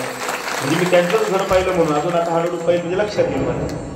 अशा देवघरामध्ये बसून ती शेंडी त्या देवाच्या दिशेने करून एक कर्पूर घ्यायचंय आणि कापूर घेऊन त्या ठिकाणी त्याला जाळून त्या ठिकाणी नारळावर ठेवायचंय आणि श्री शिवाय नमस्तुभ्यम किंवा तुमचा इष्ट देवतेचा जो काही मंत्र असेल, ओम नमः शिवाय, श्री शिवाय नमस्तुभ्यम किंवा अजून कुठला मंत्र असेल, पण मला वाटतं ओम नमः शिवाय हा मंत्र सगळ्यात त्या ठिकाणी तपस्वी पॉवरफुल मंत्र आहे. हा मंत्र सिद्ध मंत्र आहे. तो ठेवून आपण त्या ठिकाणी देवासमोर ओवाळायचंय. असे 10 कापूर होईपर्यंत जागेवर ओढायचे. भीमसेन कापूर वापरला तर अतिशय उत्तम, साधा कापूर वापरला तरी हरकत नाही, पण भीमसेन कापूर वापरायचा प्रयत्न करा. जर भेटला तर साधा कापूरही चालेल, काही अडचण नाही. असं करून जेव्हा 11वा कापूर येईल, 11व्या कापूरच्या वेळेस मागच्या घरात जायचं, मागच्या घरातून त्याला ओवाळत त्या ठिकाणी आपण धूप दाखवतो. धूप दाखवत बाहेर आपल्या दरवाजाजवळ आणून त्या ठिकाणी तिथे तो विधी थांबवायचा. घरात येऊन परत ते नारळ तिथे ठेवायचं. परत दुसऱ्या दिवशी त्या नारळावर परत विधी करायचा. कधी कधी नारळाला तडा जाईल, टेन्शन घ्यायचं नाही, नारळ बदलून घ्यायचं. त्याच्यामध्ये 2 कारण असतात. एक शास्त्रीय कारण असते, ते नारळ तपतं त्याच्यामध्ये होतं. आज दुसरं कारण असं आहे, घरामध्ये खरंच दोष असतील तर कधी कधी त्यामुळे सुद्धा तडा पडू शकतो नारळाला. असे 2 कारण आहेत. आणि असं झाल्यानंतर त्या ठिकाणी असा विधी 7 दिवस केल्यानंतर ते नारळ सुद्धा आपल्या कुठं होम कुंडात टाकायचं आहे. पुढची गोष्ट, आता याच्या मागचा फायदा सांगतो. हो, आपण नारळ हे माणसाचं स्वरूप आहे. नारळ म्हणजे काय आहे, माणसाचं स्वरूप आहे. माणसामध्ये नारळामध्ये वेगळा फरक. परशुरामांनी वेगळी सृष्टी निर्माण करताना त्यांना मनुष्य तयार करायचा होता म्हणून त्यांनी काय तयार केलं, नारळ तयार केलं. कोणी तयार केले नारळ, परशुरामांनी तयार केले. हा माणूसच आहे. आणि कापूर हा साक्षात भगवान महादेवाचं स्वरूप आहे. कसं स्वरूप आहे, महादेवाचं. जगात असं एकमेव वस्तू आहे जे जाळल्यानंतर राग उरत नरवरा म्हणतात. कापुराच्या वाती ठाईच समाप्ती. जळल्यानंतर काही उरतं का, उरतं, ठाईच समाप्ती झाली तशी. जागेवर जळल्यानंतर राग उरत नाही. भगवान शंकराचा रंग, भगवान शंकराचं स्वरूप कापूर आहे. म्हणून आम्ही म्हणतो कर्पूर गौरम. काय म्हणतो, भगवान शंकराचा श्लोक कसा आहे, देवाचा रंग कसा आहे, कर्पूर. कापुरासारखा गोरा आहे माझा देव. कापूर सुद्धा भगवंताचा आवडतं आहे. अजून दुसरी गोष्ट, कापुरामध्ये आता जे विज्ञानाचे सायन्सचे पोर असते त्यांना लक्षात येईल, कापुरामध्ये कापूर जळल्यानंतर 100% ऑक्सिजनच बाहेर निघतो, कार्बन डायऑक्साईड निघत नाही. कापूर जर जाळला त्याच्यातून काय बाहेर निघतो, आणि ऑक्सिजन म्हणजे पॉझिटिव्ह एनर्जी आहे. काय आहे, जिथं अधिक पॉझिटिव्ह एनर्जी निर्माण होते, विज्ञानाचा सिद्धांत आहे, तिथून निगेटिव्ह एनर्जी आपोआप बाहेर निघते. तुमच्या घरातलं भूत पिशाच हे म्हणजे निगेटिव्ह एनर्जी आहे. पॉझिटिव्ह एनर्जी वाढली की निगेटिव्ह एनर्जी बाहेर निघते. ती निगेटिव्ह एनर्जी बाहेर निघाली की आपल्या घरात सुख शांती आणल्याशिवाय राहत नाही. म्हणून ती पॉझिटिव्ह एनर्जी तयार करण्यासाठी अजून सांगू, कोरोना काळामध्ये जेव्हा लोकांना ऑक्सिजन पूर्ण पडायचा, त्या ठिकाणी व्हेंटिलेटर भेटत नव्हते, डॉक्टर लोक सुद्धा आपल्याला काय देत होते, कापूर द्यायचे, कापूर घ्या बाबांनो सोंगण, त्याच्यातून ऑक्सिजन घ्या. तर त्यामुळे त्या अशा पद्धतीने कापूर जळल्यानंतर घरामध्ये हा कर्पूर यज्ञ म्हणतात. त्याला काय म्हणतात? कर्पूर यज्ञ. त्याचं सामवेदामध्ये सुंदर वर्णन आहे. कर्पूर यज्ञ असा जर आपण यज्ञ घरामध्ये 7 दिवस केला, 7 दिवस जर केला, आता आपल्याकडे 5 दिवस आहे, आपण कथेच्या माध्यमातून करू आणि 5व्या दिवशी आपण नारळाचं विसर्जित करू. मी 100% या शिवपुराणाच्या व्यासपीठावरून ग्वाही देऊन सांगतोय, या विहड गावाच्या एकाही घरामध्ये दोष शिल्लक राहणार नाही आणि माझं विहडगाव सुट्टी आणल्याशिवाय राहणार नाही. अगदी सोपा आहे, सोपा आहे, सोपा उपाय. 100 रुपयामध्ये 7 दिवस उपाय होईल. कोणाला 1 रुपये द्यायची गरज नाही आणि कोणाला काही सांगायची गरज नाही. स्वतःच करायचं आहे ना, कुठल्या महाराजाला द्यायची गरज नाही, कोणाला साधून द्यायची गरज. करणार सगळेजण. कोण कोण करणार नाही हात वर करा बरं.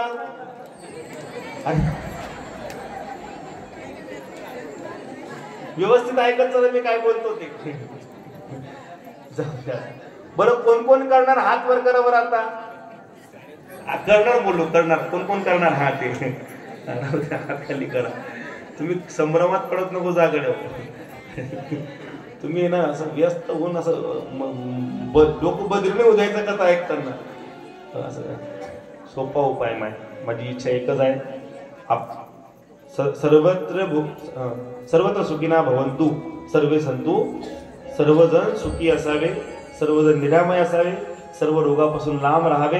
पोरांनो हो, तुम्ही सुद्धा त्या ठिकाणी तुमच्यासाठी सुद्धा उपाय सांगेल. परवाला तुम्हाला उपाय सांगेल, परवाला करणार ना तुम्ही सगळेजण. परवाच्या दिवशी तुमच्यासाठी सोपा उपाय राहील. भोलेनाथाच्या भक्तीमध्ये तुम्ही जेवढी कराल तेवढं त्या ठिकाणी तुम्हाला आनंद आहे. सुंदर छोटंसं भजन, त्यानंतर 10 मिनिटं करताना. आजच्या पहिल्या दिवस असल्यामुळे तुम्हाला जास्त वेळ घेणार नाही. उद्या 12 शिवाय सोडणार नाही हो. आणि मग आपण त्या ठिकाणी पूर्ण विराम देऊ, सुंदर भजन घेऊ. भोलेनाथ से निराला और कोई नहीं, भोलेनाथ से निराला और कोई नहीं, भोलेनाथ से निराला और कोई नहीं, शोभनाथ से निराला और कोई नहीं, भोलेनाथ से निराला और कोई नहीं, शंभुनाथ से निराला और कोई नहीं, भोलेनाथ से निराला और कोई नहीं, शंभुनाथ से निराला और कोई नहीं.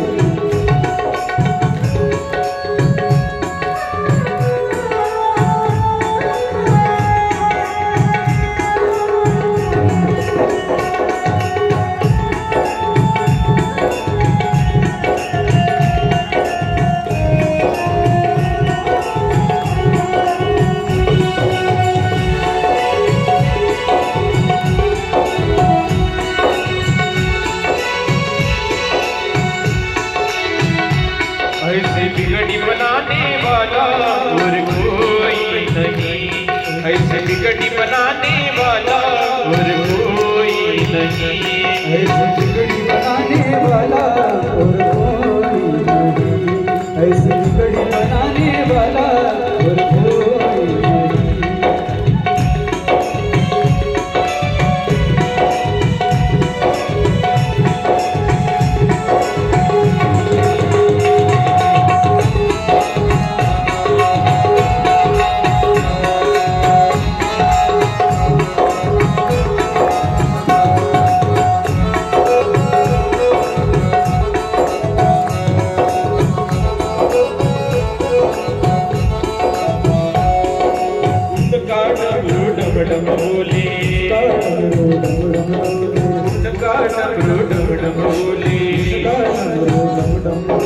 अगम निगम के वेद खोले, अगम निगम के वेद खोले, ऐसा भक्तों का रखवाला और कोई नहीं,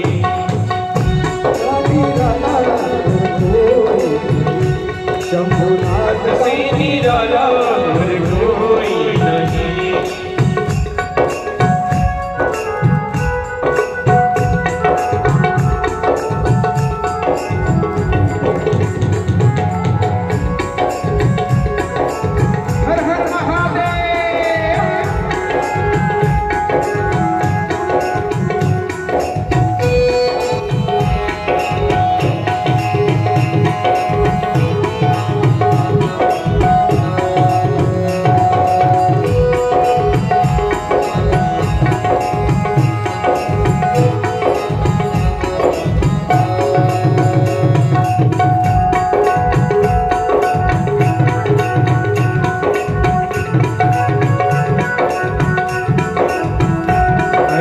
जोत जगाने वाला और कोई नहीं, ऐसा जोत जगाने वाला और कोई नहीं, ऐसा जोत जगाने वाला और कोई नहीं, ऐसा जोत जगाने वाला और कोई नहीं, भोलेनाथ से निराला और कोई नहीं, गौरीनाथ से निराला और कोई नहीं, भोलेनाथ से निराला और कोई नहीं, भोलेनाथ से निराला और कोई नहीं।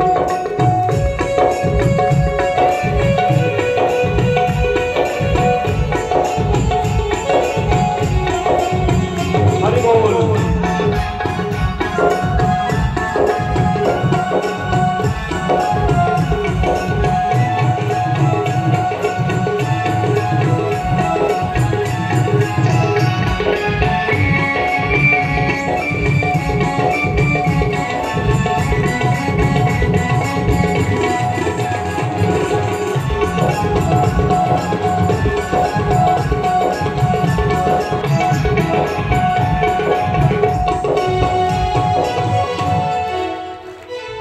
उमापति महादेव की नमः पार्वती पते हर हर।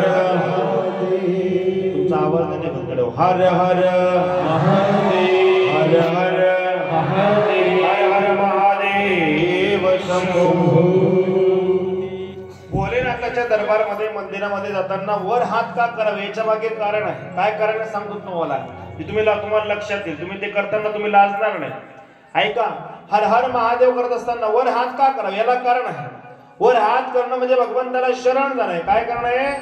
वर तुम्ही पिक्चर पाहताना पोलीस जर चोरा समोर आला आणि जर त्याने बंदूक धरून असं केलं, तू काय बोलतो? जोरात बोला, काय म्हणतो? अजून जोरात बोला, काय बोलतो? बरं पाठ आहे तुमचं सगळ्यांना. हँड्स अप म्हणजे हात वर कर, म्हणजे तुम्हाला शरण आहे. तो काय म्हणतो? बंदूक धरून मला शरण आहे. इथं काही देवाने बंदूक धरली, पण देवाला सांगते, देवा भगवान हम आपको आपकी शरण में है, भगवान हम आपकी शरण में, हे भगवान हर ले दुखों को, हर ले हमारे पापों को, हर ले हम पर आने वाले संकटों को, हर ले. इसलिए बोलना पड़ेगा हर हर हर हर हर हर महादेव. भगवान ने हमारे सारे पापों को, दुखों को हरना चाहिए. दुसरी गोष्ट, असं वर हात केले की तो देव वरच्या वर लवकर उचलेल आपल्याला. चिंता करू नका, म्हणजे जीवनामध्ये लवकर उचलेल. मी मरणात सांगत नाही, तुम्ही घाबरू नका. तुम्ही ते सांगितलं की हसतच तुमची प्रगती लवकर करेल. नाही त्याच्या जवळ जाण्यासाठी हात वर कर. देवा मी तुझ्या जवळ आहे, मला जवळ घे देवा. त्याच्या जवळ जायचं आपल्याला, जवळ. मंदिरात गेल्यानंतर 3 टाळ्या वाजायच्या असतात. कितीदा? 3. पहिली टाळी, देवा मी या ठिकाणी आलोय. दुसरी टाळी, देवा त्या ठिकाणी अटेन्शन आहे. पहिली टाळी म्हणजे अटेन्शन आहे. दुसरी टाळी म्हणजे देवा त्या ठिकाणी मी तुझ्या शरण मध्ये आलोय. आणि तिसरी टाळी म्हणजे देवा मी तुझा आहे, आता तुला काय करायचं ते. तिघ टाळ्यांनी भगवंताच्या जवळ जाण्याचा प्रयत्न करायचा आहे. भगवान शिवाच्या मंदिरामध्ये एक गोष्ट ही त्या ठिकाणी अतिशय फलदायी आहे, अतिशय त्या ठिकाणी योग्य आहे. भगवान शिवाच्या द्वारामध्ये त्या ठिकाणी एक गोष्ट महत्वाची आहे. या सृष्टीची उत्पत्ती सुद्धा त्या ठिकाणी भगवान शंकरापासून झाली. कसं काय महाराज? प्रत्येक ग्रंथामध्ये उत्पत्तीचा वेगवेगळा प्रकार सांगितलाय. भागवतामध्ये वेगळा प्रकार सांगितलाय. प्रत्येक ग्रंथाच्या मुख्य देवतेला त्या ठिकाणी मुख्य स्थान दिले गेले. त्या पद्धतीने या ग्रंथाचे मुख्य देवता म्हणजे भगवान शंकर आहेत. भगवान शंकराच्या माध्यमातून त्या ठिकाणी सृष्टीची उत्पत्ती सांगितली. भगवान शंकरांच्या उजव्या अंगापासून श्री विष्णूंची उत्पत्ती सांगितली आणि श्री विष्णूंच्या नाभीतून एक कमळ निघालं आणि त्या कमळाच्या वरती ब्रह्मदेवाची उत्पत्ती झाली. कोणाची उत्पत्ती झाली? आता सृष्टी उत्पत्ती तुम्हाला थोडक्यात सांगतो. ब्रह्मदेवाची उत्पत्ती झाल्यानंतर ब्रह्मदेवाने आता विचार केला की अरे आपण त्या ठिकाणी उत्पन्न झालोय, पण आपण नेमकं आलो कुठून? इकडे तिकडे सगळीकडे सागर समुद्र दिसतोय, आपल्याला काही दिसत नाहीये. मग करावं काय? ते कमळाच्या देठातून आत गेलं, मध्ये गेलं भगवंताच्या उदरामध्ये. हजारो लाखो वर्ष फिरले, त्याला काही सापडत नाही, अंतच सापडत नाही. आपण आहेत तरी कोण? आपलं नाव आपल्याला माहित नाही, आपण नेमकं आहेत तरी कोण? आपला उत्पन्न कसं माहित नाही. सगळ्यात वर आला आणि वर आल्यानंतर तिथं आकाशवाणी झाली. वरती आकाशवाणी झाली. आकाशवाणीमधून दोनच शब्द निघाले, त आणि प. कोणता कोणता? जोरात बोला. कोणता कोणता शब्द? त. असं दोघं मिळून कोणता शब्द तयार झाला? तप. काय शब्द झाला? तप शब्द. लक्षात येत नाही ब्रह्मदेवाला, कळलं की मला तप करायचंय. तप करायला सुरुवात केली. त्या काळी तपाची परिस्थिती वेगळी होती. त्यावेळेस तप करण्याची पद्धत वेगळी होती. कलियुगामध्ये सुद्धा 3 प्रकारचा तप आहे आपल्या समोर. एक कायिक, वाचिक आणि तिसरं मानसिक. कारण माणसाचे पाप सुद्धा 3 प्रकारचे आहेत. कायिक पाप, वाचिक पाप आणि मानसिक पाप. पायाने चालता चालता शेजाऱ्याच्या शेतामध्ये चालतोय. चालता चालता याची नवीन कपाशी लावली. चालता झाड केलं ना काही पाप. लोकांना सवय चांगली कपाशी. इतके मूर्ख लोक शब्द हॉस्पिटल बोलू नये. कोणाचं चांगलं सुद्धा काही लोकांना सवय होत नाही. शेतकऱ्यालाही त्रास आहे. काय सांगावं तुम्हाला. मुद्दाम याची मोटर जडून जावी म्हणून केस काढून घेतील. काय ना काय इतकी विक्षिप्त लोक आहे. लई प्रकारचे पाप आहेत. ते पाप झालं. दुसरं मानसिक पाप झालं. मनात दुसऱ्याविषयी त्या ठिकाणी मायबाप हो, मनात दुसऱ्याविषयी चुकीचं त्या ठिकाणी आणणं. ऐका, खरं सांगू का, जर तुम्ही मनामध्ये नेहमी दुसऱ्याविषयी वाईट विचार करत असाल तर देवाला असं वाटतं की याला लोकांचं वाईट पाहायला आवडतं, म्हणजे याला वाईट आवडतं, तर देव तुमचं सुद्धा वाईट केल्याशिवाय राहणार. म्हणून कोणाविषयी वाईट विचार करायचा कधीच नाही. त्याला सत्यानाश होईल जायचो. कसा होईल जायचो? बऱ्याच महिला म्हणलं. खरं सांगू का, तुम्ही भरपूर श्राप देता लोकांना, पण तुमचा श्रापच लागत नाही. का लागत नाही माहिती का? श्राप देण्यासाठी आणि आशीर्वाद देण्यासाठी दोघांसाठी पुण्य लागतं. काय लागतं? आणि ते तुमच्याकडे नाही. आमच्याकडे एक म्हण आहे आयुर्वेदामध्ये, हाड्यांसाठी गाई मरती. ते कावड्याच्या शापाने गाई मरतात का? त्याच्याकडे पुण्य नसतं. म्हणून श्राप देण्यासाठी आशीर्वाद देण्यासाठी पुण्य लागतं. पुण्य तुमच्याकडे नाहीये. मायबाप हो, मनात सुद्धा कोणाविषयी वाईट विचार करायचा नाही. अजून तिसरं त्या ठिकाणी वाचिक, मुखाने कोणाविषयी वाईट बोलायचं. महिला मंडळ, महादेवाच्या मंदिरामध्ये जल टाकायला जात असताना सुद्धा तुम्ही गलीतल्या काही गोष्टी बोलल्याशिवाय राहत नाही. अशा गलीमध्ये एखादी माय जात असेल ना, जाताना लोटा घेऊन चालली, 2-4 बायांना बोलून गेले,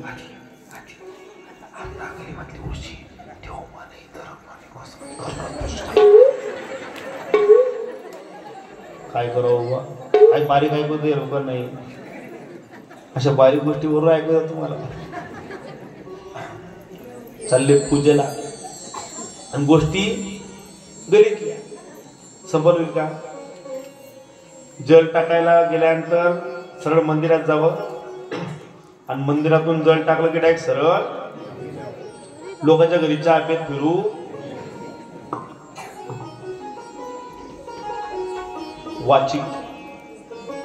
वाचेने नेहमी नामस्मरणच करावं. मुखाने नामस्मरणच करावं. ओम नमः शिवाय, ओम नमः शिवाय, ओम नमः शिवाय करत मंदिरात जावं. तिकडून येताना ओम नमः शिवाय, ओम नमः शिवाय, ओम नमः शिवाय, श्री शिवाय नमस्तुभ्यं म्हणत म्हणत घरी यावं. उगीच त्या ठिकाणी काहीतरी चुकीचे कामं करायची नाही. कोणाविषयी वाईट मनामध्ये आणू नका.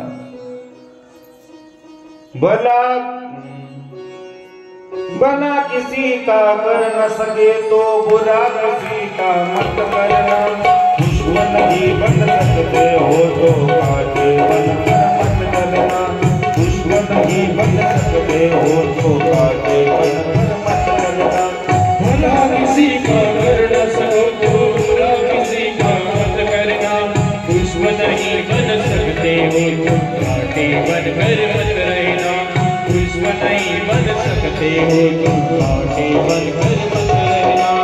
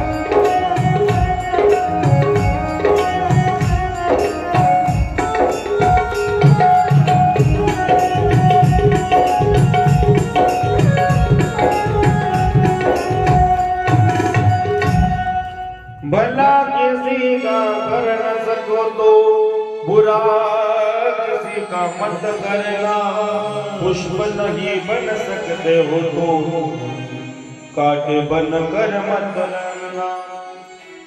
नसेल फुल बनतायत तर काटे तरी म्हणू नका, कोणाला चांगला करतायत नसेल, जलाना है तो दिया जलाओ, दिल जलाना न चाहिए, लोगों का दिल मत जलाओ, दिया जलाओ। लगाना है तो बाग लगाओ, आग नहीं लगानी चाहिए, लोग बाग कम और आग ज्यादा लगाते हैं। अगर किसी के राहों में आप कांटे बिछाओगे तो आपकी भी राहों में कभी ना कभी मेरे भोलेनाथ कांटे ही बिछाएगा। इसलिए किसी के राह में कांटे मत बिछाना, फूल बिछाया करो। बनना है तो इंसान बनो, शैतान मत बनो। कम से कम इंसान तो बनो, भगवान तो बाद में देखा जाएगा। कायिक वाचिक मानसिक हे पाप सांगितलं तर तप सांगतो। चालत चालत महादेवाच्या मंदिरात गेले, पंढरपूरच्या मुक्ताबाईच्या वारीला गेले। चालताना चालताना राम म्हणता वाट चाली, यज्ञ पाऊला, प्रत्येक पावलाला यज्ञ घडला। हे झालं कायिक, हे शरीर शिवपुराणासाठी धावपळ केलं ना आपण, हे शरीराचं तप झालं। काय झालं? तप झालं, हे कायिक तप झालं।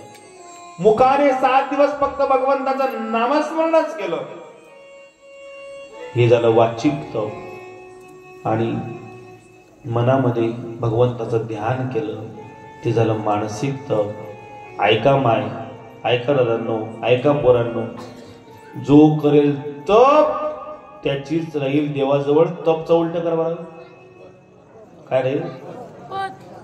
जो जीवनात तप करेल त्याची देवाजवळ काय राहील? जर वाटत असेल माझी देवाजवळ राहावी पत, तर जीवनात करा तप। मार्केटमध्ये कशी पत लागते ना आपल्याला, तशी देवाजवळ जवळ पत राहावी असं वाटत असेल की आपली पण देवाजवळ पत पाहिजे। जीवनामध्ये काय घडायला पाहिजे? तप घडायला पाहिजे। तप करण्यासाठी काही हिमालयात जायची गरज नाही, एका पायावर उभा राहायची गरज नाही। संसारामध्ये करता करता काही करा, काम काही म्हणा राम, कामामध्ये काम काही म्हणा, जे काम करता ते राम राम म्हणत तप झालं की तप, काही वेगळं नाही। जमेल नाही तप करता तुम्हाला सगळ्यांना? जमेल ना माय?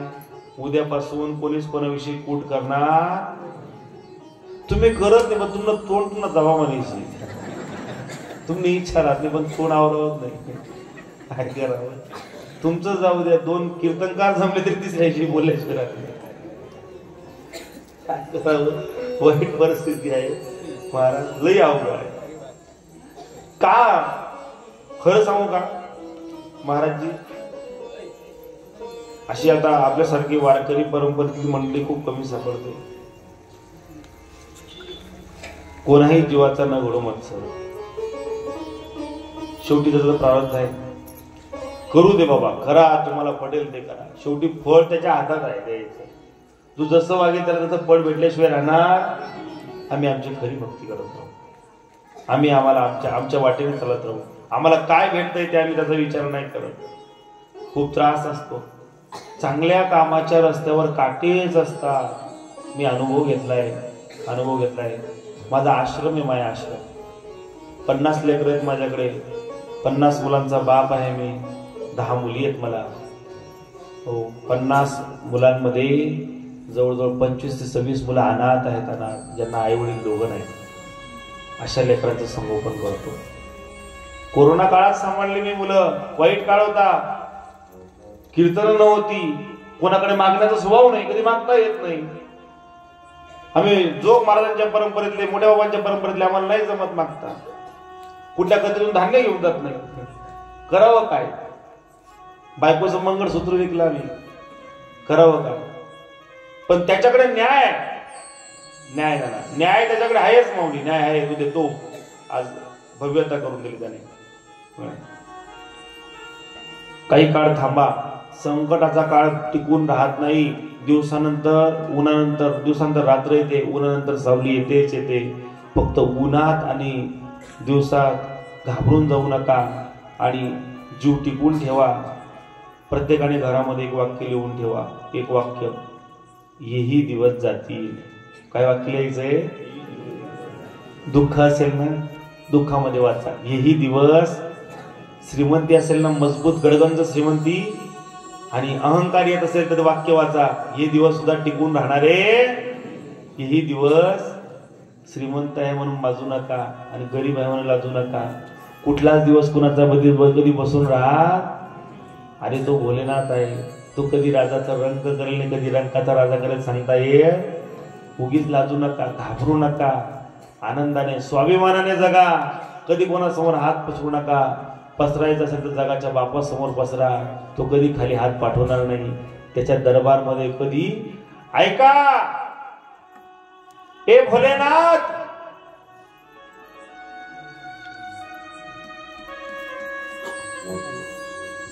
अगर देने का स्वभाव ना होता तेरा तो हमेशा खाली रहता दरबार तेरा. तू देता है इसलिए दरबार भरा रहता है, रोज भरा रहता है. त्याचा द्यायचा स्वभाव नसता तर लोक गेले असते का? त्याचा द्यायचा स्वभाव म्हणून लाखो लोक आज रांगेमध्ये लागले. बोलणार त्याच्या मंदिरामध्ये लोक रांगेत लागून प्रत्येक जण अपेक्षेने जातोय रे, अपेक्षेने जातोय. आणि प्रत्येकाची अपेक्षा माझा बोलणार पूर्ण करतोय. त्याचा स्वभाव द्यायचा आहे, द्यायचा स्वभाव. फक्त आपला स्वभाव मागायचा ठेवू नका. उसे सब पता है इसको क्या चाहिए, सब पता है. सगळ्यांना सगळं माहिती आहे. उगीच मागू नका, काहीच मागू नका, कधीच मागू नका. फक्त आपलं काम करत राहा. त्याला कोणाला काय द्यायचं कधी द्यायचं सगळं माहिती. ब्रह्मदेवाने हजारो वर्ष तप केल्यानंतर श्री विष्णू प्रगट झाले समोर. प्रगट झाल्यानंतर विष्णू बोलले, बोल वत्स तुम्हें क्या चाहिए. वत्स शब्द ऐकल्यानंतर ब्रह्मदेवाला राग आला. सगळ्यात माझी पहिली उत्पत्ती आहे ना, आम्हाला वत्स म्हणतो हा कुणाला, याने मला वत्स म्हणावं. दोघांमध्ये स्पर्धा सुरू झाली. दोघ जण लढायला लागले. लढता लढता दोघांच्या मध्ये भला मोठा स्तंभ प्रगट झाला. तो स्तंभ म्हणजे दुसरं दिसत नाही, मोठं शिवलिंग होतं. स्तंभ प्रगट झाला, आकाशवाणी झाली, हे ब्रह्मा, हे विष्णू, जो कोणी या स्तंभाचा अंत शोधून आणेल तो दोघांमध्ये श्रेष्ठ असेल. तर तुम्ही बघा तुम्हाला कोणाला शोधायचं आहे. शेवटी पर्याय असं झाला, ब्रह्मदेवाने श्वेत हंसाचं रूप घेतलं आणि श्री विष्णूंनी श्वेत वराहाचं रूप घेतलं. ब्रह्मदेव त्या ठिकाणी मागू वरच्या दिशेने गेले आणि मागू भगवान विष्णू हे खालच्या दिशेने गेले. अशा जाता जाता शेकडो किलोमीटर श्री विष्णू गेले, काही सापडत नाही. वापस आले, अंत सापडत नव्हता. कसा अंत सापडेल? भोलेनाथ आहे त्यांचा अंत. भोलेनाथांना नाथ महाराज म्हणतात, तुम्ही विश्वनाथ दीनरंग मी कृपा करावे. ते थोडी पाया पडलो भराडी. विश्वनाथ म्हणतात. नाथ शब्दाची जर संधी करायचं म्हटलं संस्कृत मध्ये, न इति आता, ज्याला इति नाही आणि आता नाही त्याला नाथ म्हणावं. इति म्हणजे सुरुवात आणि आता म्हणजे समाप्ती. एखादा अध्याय सुरू करायचा आहे भगवद्गीतेचा, हो, तर त्या ठिकाणी काय म्हणतात, आता म्हणजे सुरुवात आणि इति म्हणजे समाप्ती. अतः प्रथमोध्याय, अतः द्वादशोध्याय. आता म्हणजे सुरुवात आहे आणि समाप्ती. इति श्री भगवद्गीता उपनिषदचू म्हणजे इति म्हणजे समाप्त. ज्याला इति नाही आणि आता नाही, ज्याला सुरुवात नाही कोणाला, भोलेनाथाला, आणि ज्याला समाप्ती दोघं ज्याला नाही असा तो कोण आहे? भोलेनाथ आहे. किसी को पता है भोलेनाथ जी के पिताजी का नाम पता है? नहीं. भगवान महादेवांची जयंती कधी साजरा केली का आपण? केली का पोरांना? पुण्यतिथी नाही. हा, मग आपण हे जे शिवरात्री करतो हे काय? तर शिवरात्री म्हणजे भगवान भोलेबाबाची अॅनिव्हर्सरी आहे. काय आहे? त्यांचा लग्नाचा वाढदिवस आहे. ते त्यांचं लग्न लागलं होतं आईसाहेब पार्वती संसोडी. आणि दुसरी कथा अशी आहे की त्या दिवशी त्यांनी कालकूट नावाचं विष प्राशन केलं होतं वगैरे. विष प्राशन केलं. विष नेहमी म्हणतो मी, जो अमृत पीते उन्हें देव कहा जाता है, जो अमृत पीते उन्हें देव कहा जाता है, और जो देवों के लिए भी विष पीते उन्हें देवों के देव महादेव कहा जाता है. महादेव कहा जाता है. भगवान विष्णू वापस आले. ब्रह्मदेव जातोय तर रस्त्यामध्ये केवड्याचं फुल भेटलं. काय भेटलं? केवड्याचं फुल. त्या फुलाला सांगितलं, का रे मला अंत सापडत नाही, मग माझ्याकडून खोटं बोलशील का? म्हणे काय, एवढंच सांग की मी अंत पाहिला. ब्रह्मदेवाने अंत पाहिला. चालेल ठीक आहे म्हणले. पुढे गेला म्हणे, अजून एकावर नाही, अजून दुसरा पुरावा पाहिजे. 2 पुरावे लागतात प्रत्येक ठिकाणी. दुसरा पुरावा कोण शोधावा? पुढे काय, गोमाता भेटली. गोमातेने सांगितलं, म्हणले गोमाता, म्हणले काय माझ्याकडून खोटं बोलशील का? गोमाता म्हणले नाही म्हणले बोलावं लागेल, माझी आज्ञा आहे तुला. गोमातेने मान हलवली. ठीक आहे म्हणले, बोलेल म्हणले. आता मान हलवली आणि हलवल्यानंतर त्या ठिकाणी गोमाता आणि केवड्याचं फुल आलं. केवड्याच्या फुलाला आणि ब्रह्मदेवा पाहिला का? म्हणजे हो पाहिलं. विष्णू तू पाहिला का? म्हणजे मी नाही पाहिला, मला नाही सापडला. म्हणजे अंत पाहिला. म्हणलं हो. म्हणजे तुला साक्षीदार कोण आहे? म्हणजे केवड्याचं फुल आहे. का रे केवडा पाहिला का? म्हणजे हो माझ्या डोळ्याने अंत पाहिलं. ब्रह्मदेवाने पाहिला. म्हणजे अजून कोण आहे? मी गोमाता आहे. का ग गोमाता पाहिला का अंत? काय केलं गोमाताने? नुसतं मान हलवली. भोकार काही बोलली नाही, मान हलवली. बोले बाबाला राग आला. तोंडाने खोटं बोलली का? तुझी कधीच तोंडाकडून पूजा होणार नाही. तू या तोंडाने खोटं बोलली, तू मान हलवली ना, तुझी कधीच त्या ठिकाणी या तोंडाकडून पूजा होणार नाही. कोणी तुला तोंडाकडून नमस्कार करणार. आणि केवड्याच्या फुलाला सांगितलं तुझा कधी माझ्या पूजेमध्ये उपयोग होणार. जगातले सगळे फुलं उपयोगात येतील पण तुझा कधी माझ्या पूजेमध्ये उपयोग होणार. तू केवड्याचं फुल जर टाकायचं असेल तर खालच्या जरा धडीवर टाका. आई साहेबांना चालतं पण भोलेबाबाला केवड्याचं फुल चालत नाही. आणि गोमातेलाही श्राप दिला. तुला तू असं केलंय ना, ज्या तोंडाने तू खोटं बोलली त्या तोंडाने तुला नेहमी घाण सेवन करावी लागेल. म्हणून बऱ्याच गोमाता त्या ठिकाणी घाण सेवन करतात. त्यामुळे माफी मागून बोलतो, माय कधी तोंडाने खोटं बोलू, लबाडाचं साक्षीदार होऊ, नाही तर तोंडाने घाण सेवन करावी लागेल. तुम्ही तुमचं बघा, तुम्ही सुद्धा माताच आहे. तुम्हाला पण सांगतो म्हणजे तुम्ही आपलं पण चाडी कधी करायची, चाडी केली की चाडी करावी लागते. म्हणून तोंडाने कधी माणसाने खरं बोलावं. शेवटी ब्रह्मदेवाला सांगितलं, ब्रह्मदेवा असो जे झालं ते, तुला बी एक श्राप आहे. तुझी सुद्धा पृथ्वीवर कधी पूजा होणार नाही. आजही ब्रह्मदेवाचं कुठलं मंदिर नाही, पूजा नाही. आणि अशा याला कारण फक्त भगवान महादेव आहे. ही सगळी भगवान महादेवाची लीला. आणि भगवान महादेवांनी सृष्टी उत्पत्तीचा अधिकार हा ब्रह्मदेवाला दिला आणि पालन पोषणाचा अधिकार भगवान विष्णूला दिला. आणि ब्रह्माला सांगितलं, ब्रह्मा तुझ्या भ्रुकुटीतून रुद्राचा अवतारवरून होईल आणि तो रुद्र या सृष्टीचा विनाशाचं कार्य करेल. सृष्टीला त्या ठिकाणी पूर्णत्व प्राप्त करून द्यायचं कार्य करेल. अशा पद्धतीने ही सृष्टी उत्पत्तीची कथा इथपर्यंत झाली. पुढची कथा आपण उद्याला पाहणार आहोत. त्या ठिकाणी आपण उद्याची कथा सगळ्यात महत्वाची म्हणजे सती जन्माची कथा आहे. कशाची? आईसाहेब सतींचा जन्म, परवा भोलेनाथाचा विवाह सोहळा होईल. सती जन्मासाठी 9 कन्या लागतील. किती कन्या लागतील? 9 मुलींनी घरूनच सजून यायचंय. आपली मराठमोळी पैठणी साडी नेसून मस्तपैकी त्या ठिकाणी मुलींनी घरून यायचंय. इथं फक्त आमचे महाराष्ट्राचे मरवड भरतील, आमचे झाकी करणारे बाबा, बोरसे बाबा, ते मरवड भरतील आणि त्यांना मुकुट वगैरे घालतील. काहीकडे मुकुट असतील तरी घरून आले काही हरकत, वरचे मुकुट असतील पोरींकडे त्यांनी ते घरून आणले तरी काही हरकत नाही. सती मातेचा जन्म होईल. एक जोडपं लागेल, पती पत्नी, दक्ष राजा आणि दाक्षायणी म्हणजे प्रसूती माता.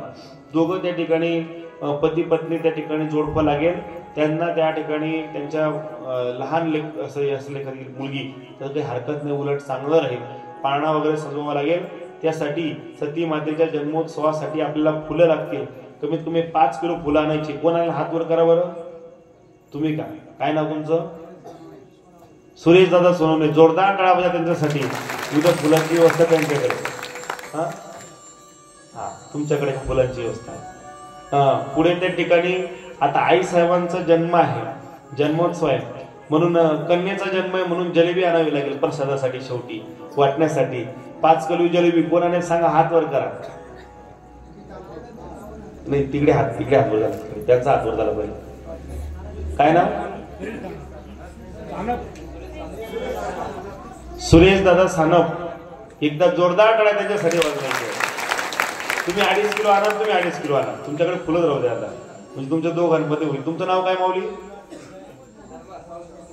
साऊंड सिस्टीम वाले. वा वा वा, तुम्हीच गोड करता. एकदा जोरदार टाळ्या त्यांच्यासाठी वाजवायचे. वा क्या बात. शर्माजी चांगलं आहे. शर्मांची घरची जलेबी जास्त गोड राहील. मला जास्त मदत शर्मांची झाली 5 वर्षामध्ये. शर्मा अग्रवाल मंडळी सगळी वगैरे. नाही एवढी नाही, एवढी खाय पण नाही. अरे ते नाही गे म्हणणार नाही असं आहे का? बरं ठीक आहे. आश्चर्य कसं होतं. अरे बाबा जोरदार टाळ्या अमोलसाठी वाजवायचं. सगळ्यांना प्रसाद, जोरदार प्रसाद. उद्याचा प्रसाद, जलेबीचा प्रसाद सगळ्यांना. बोला. पुढच्या वर्षी तुझं लग्न झालं पाहिजे.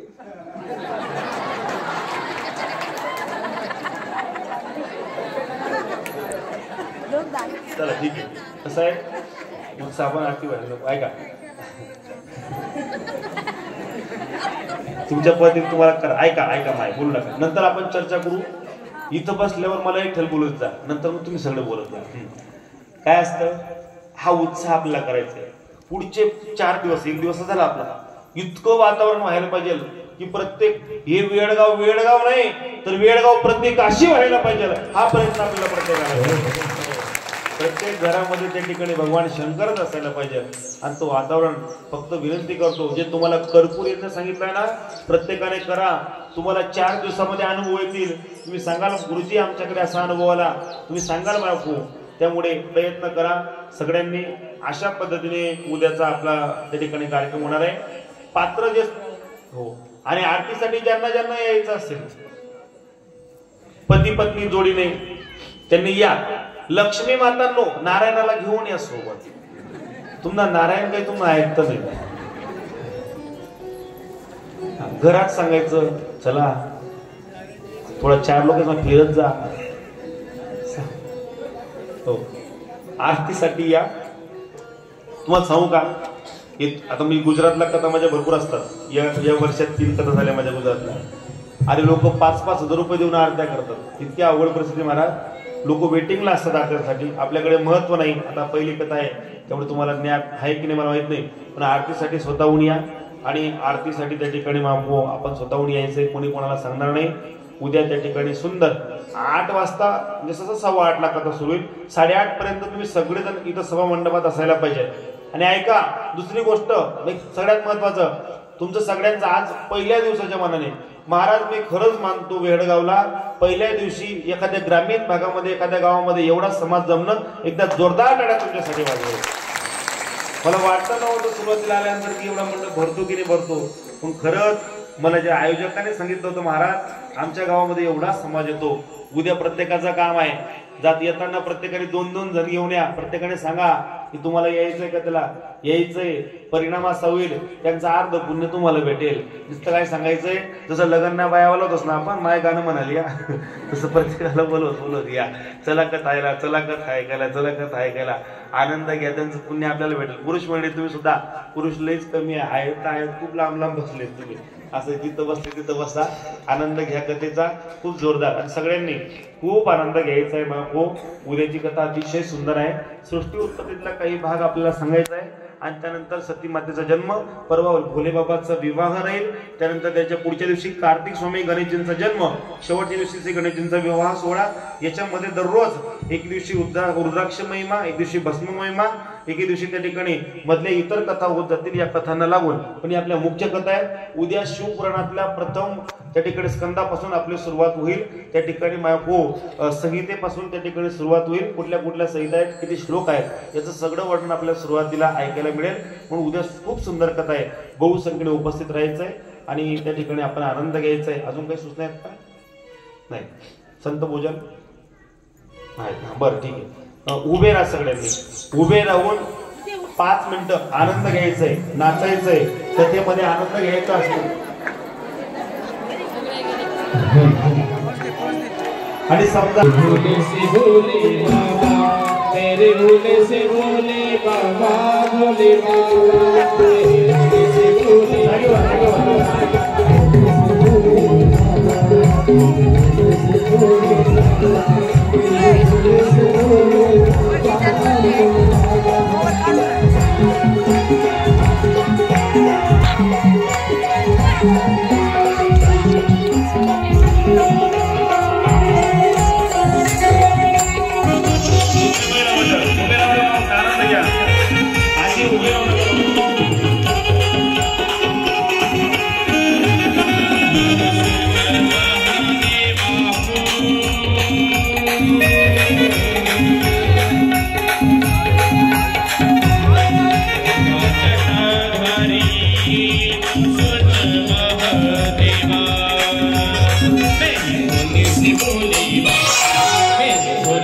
भोले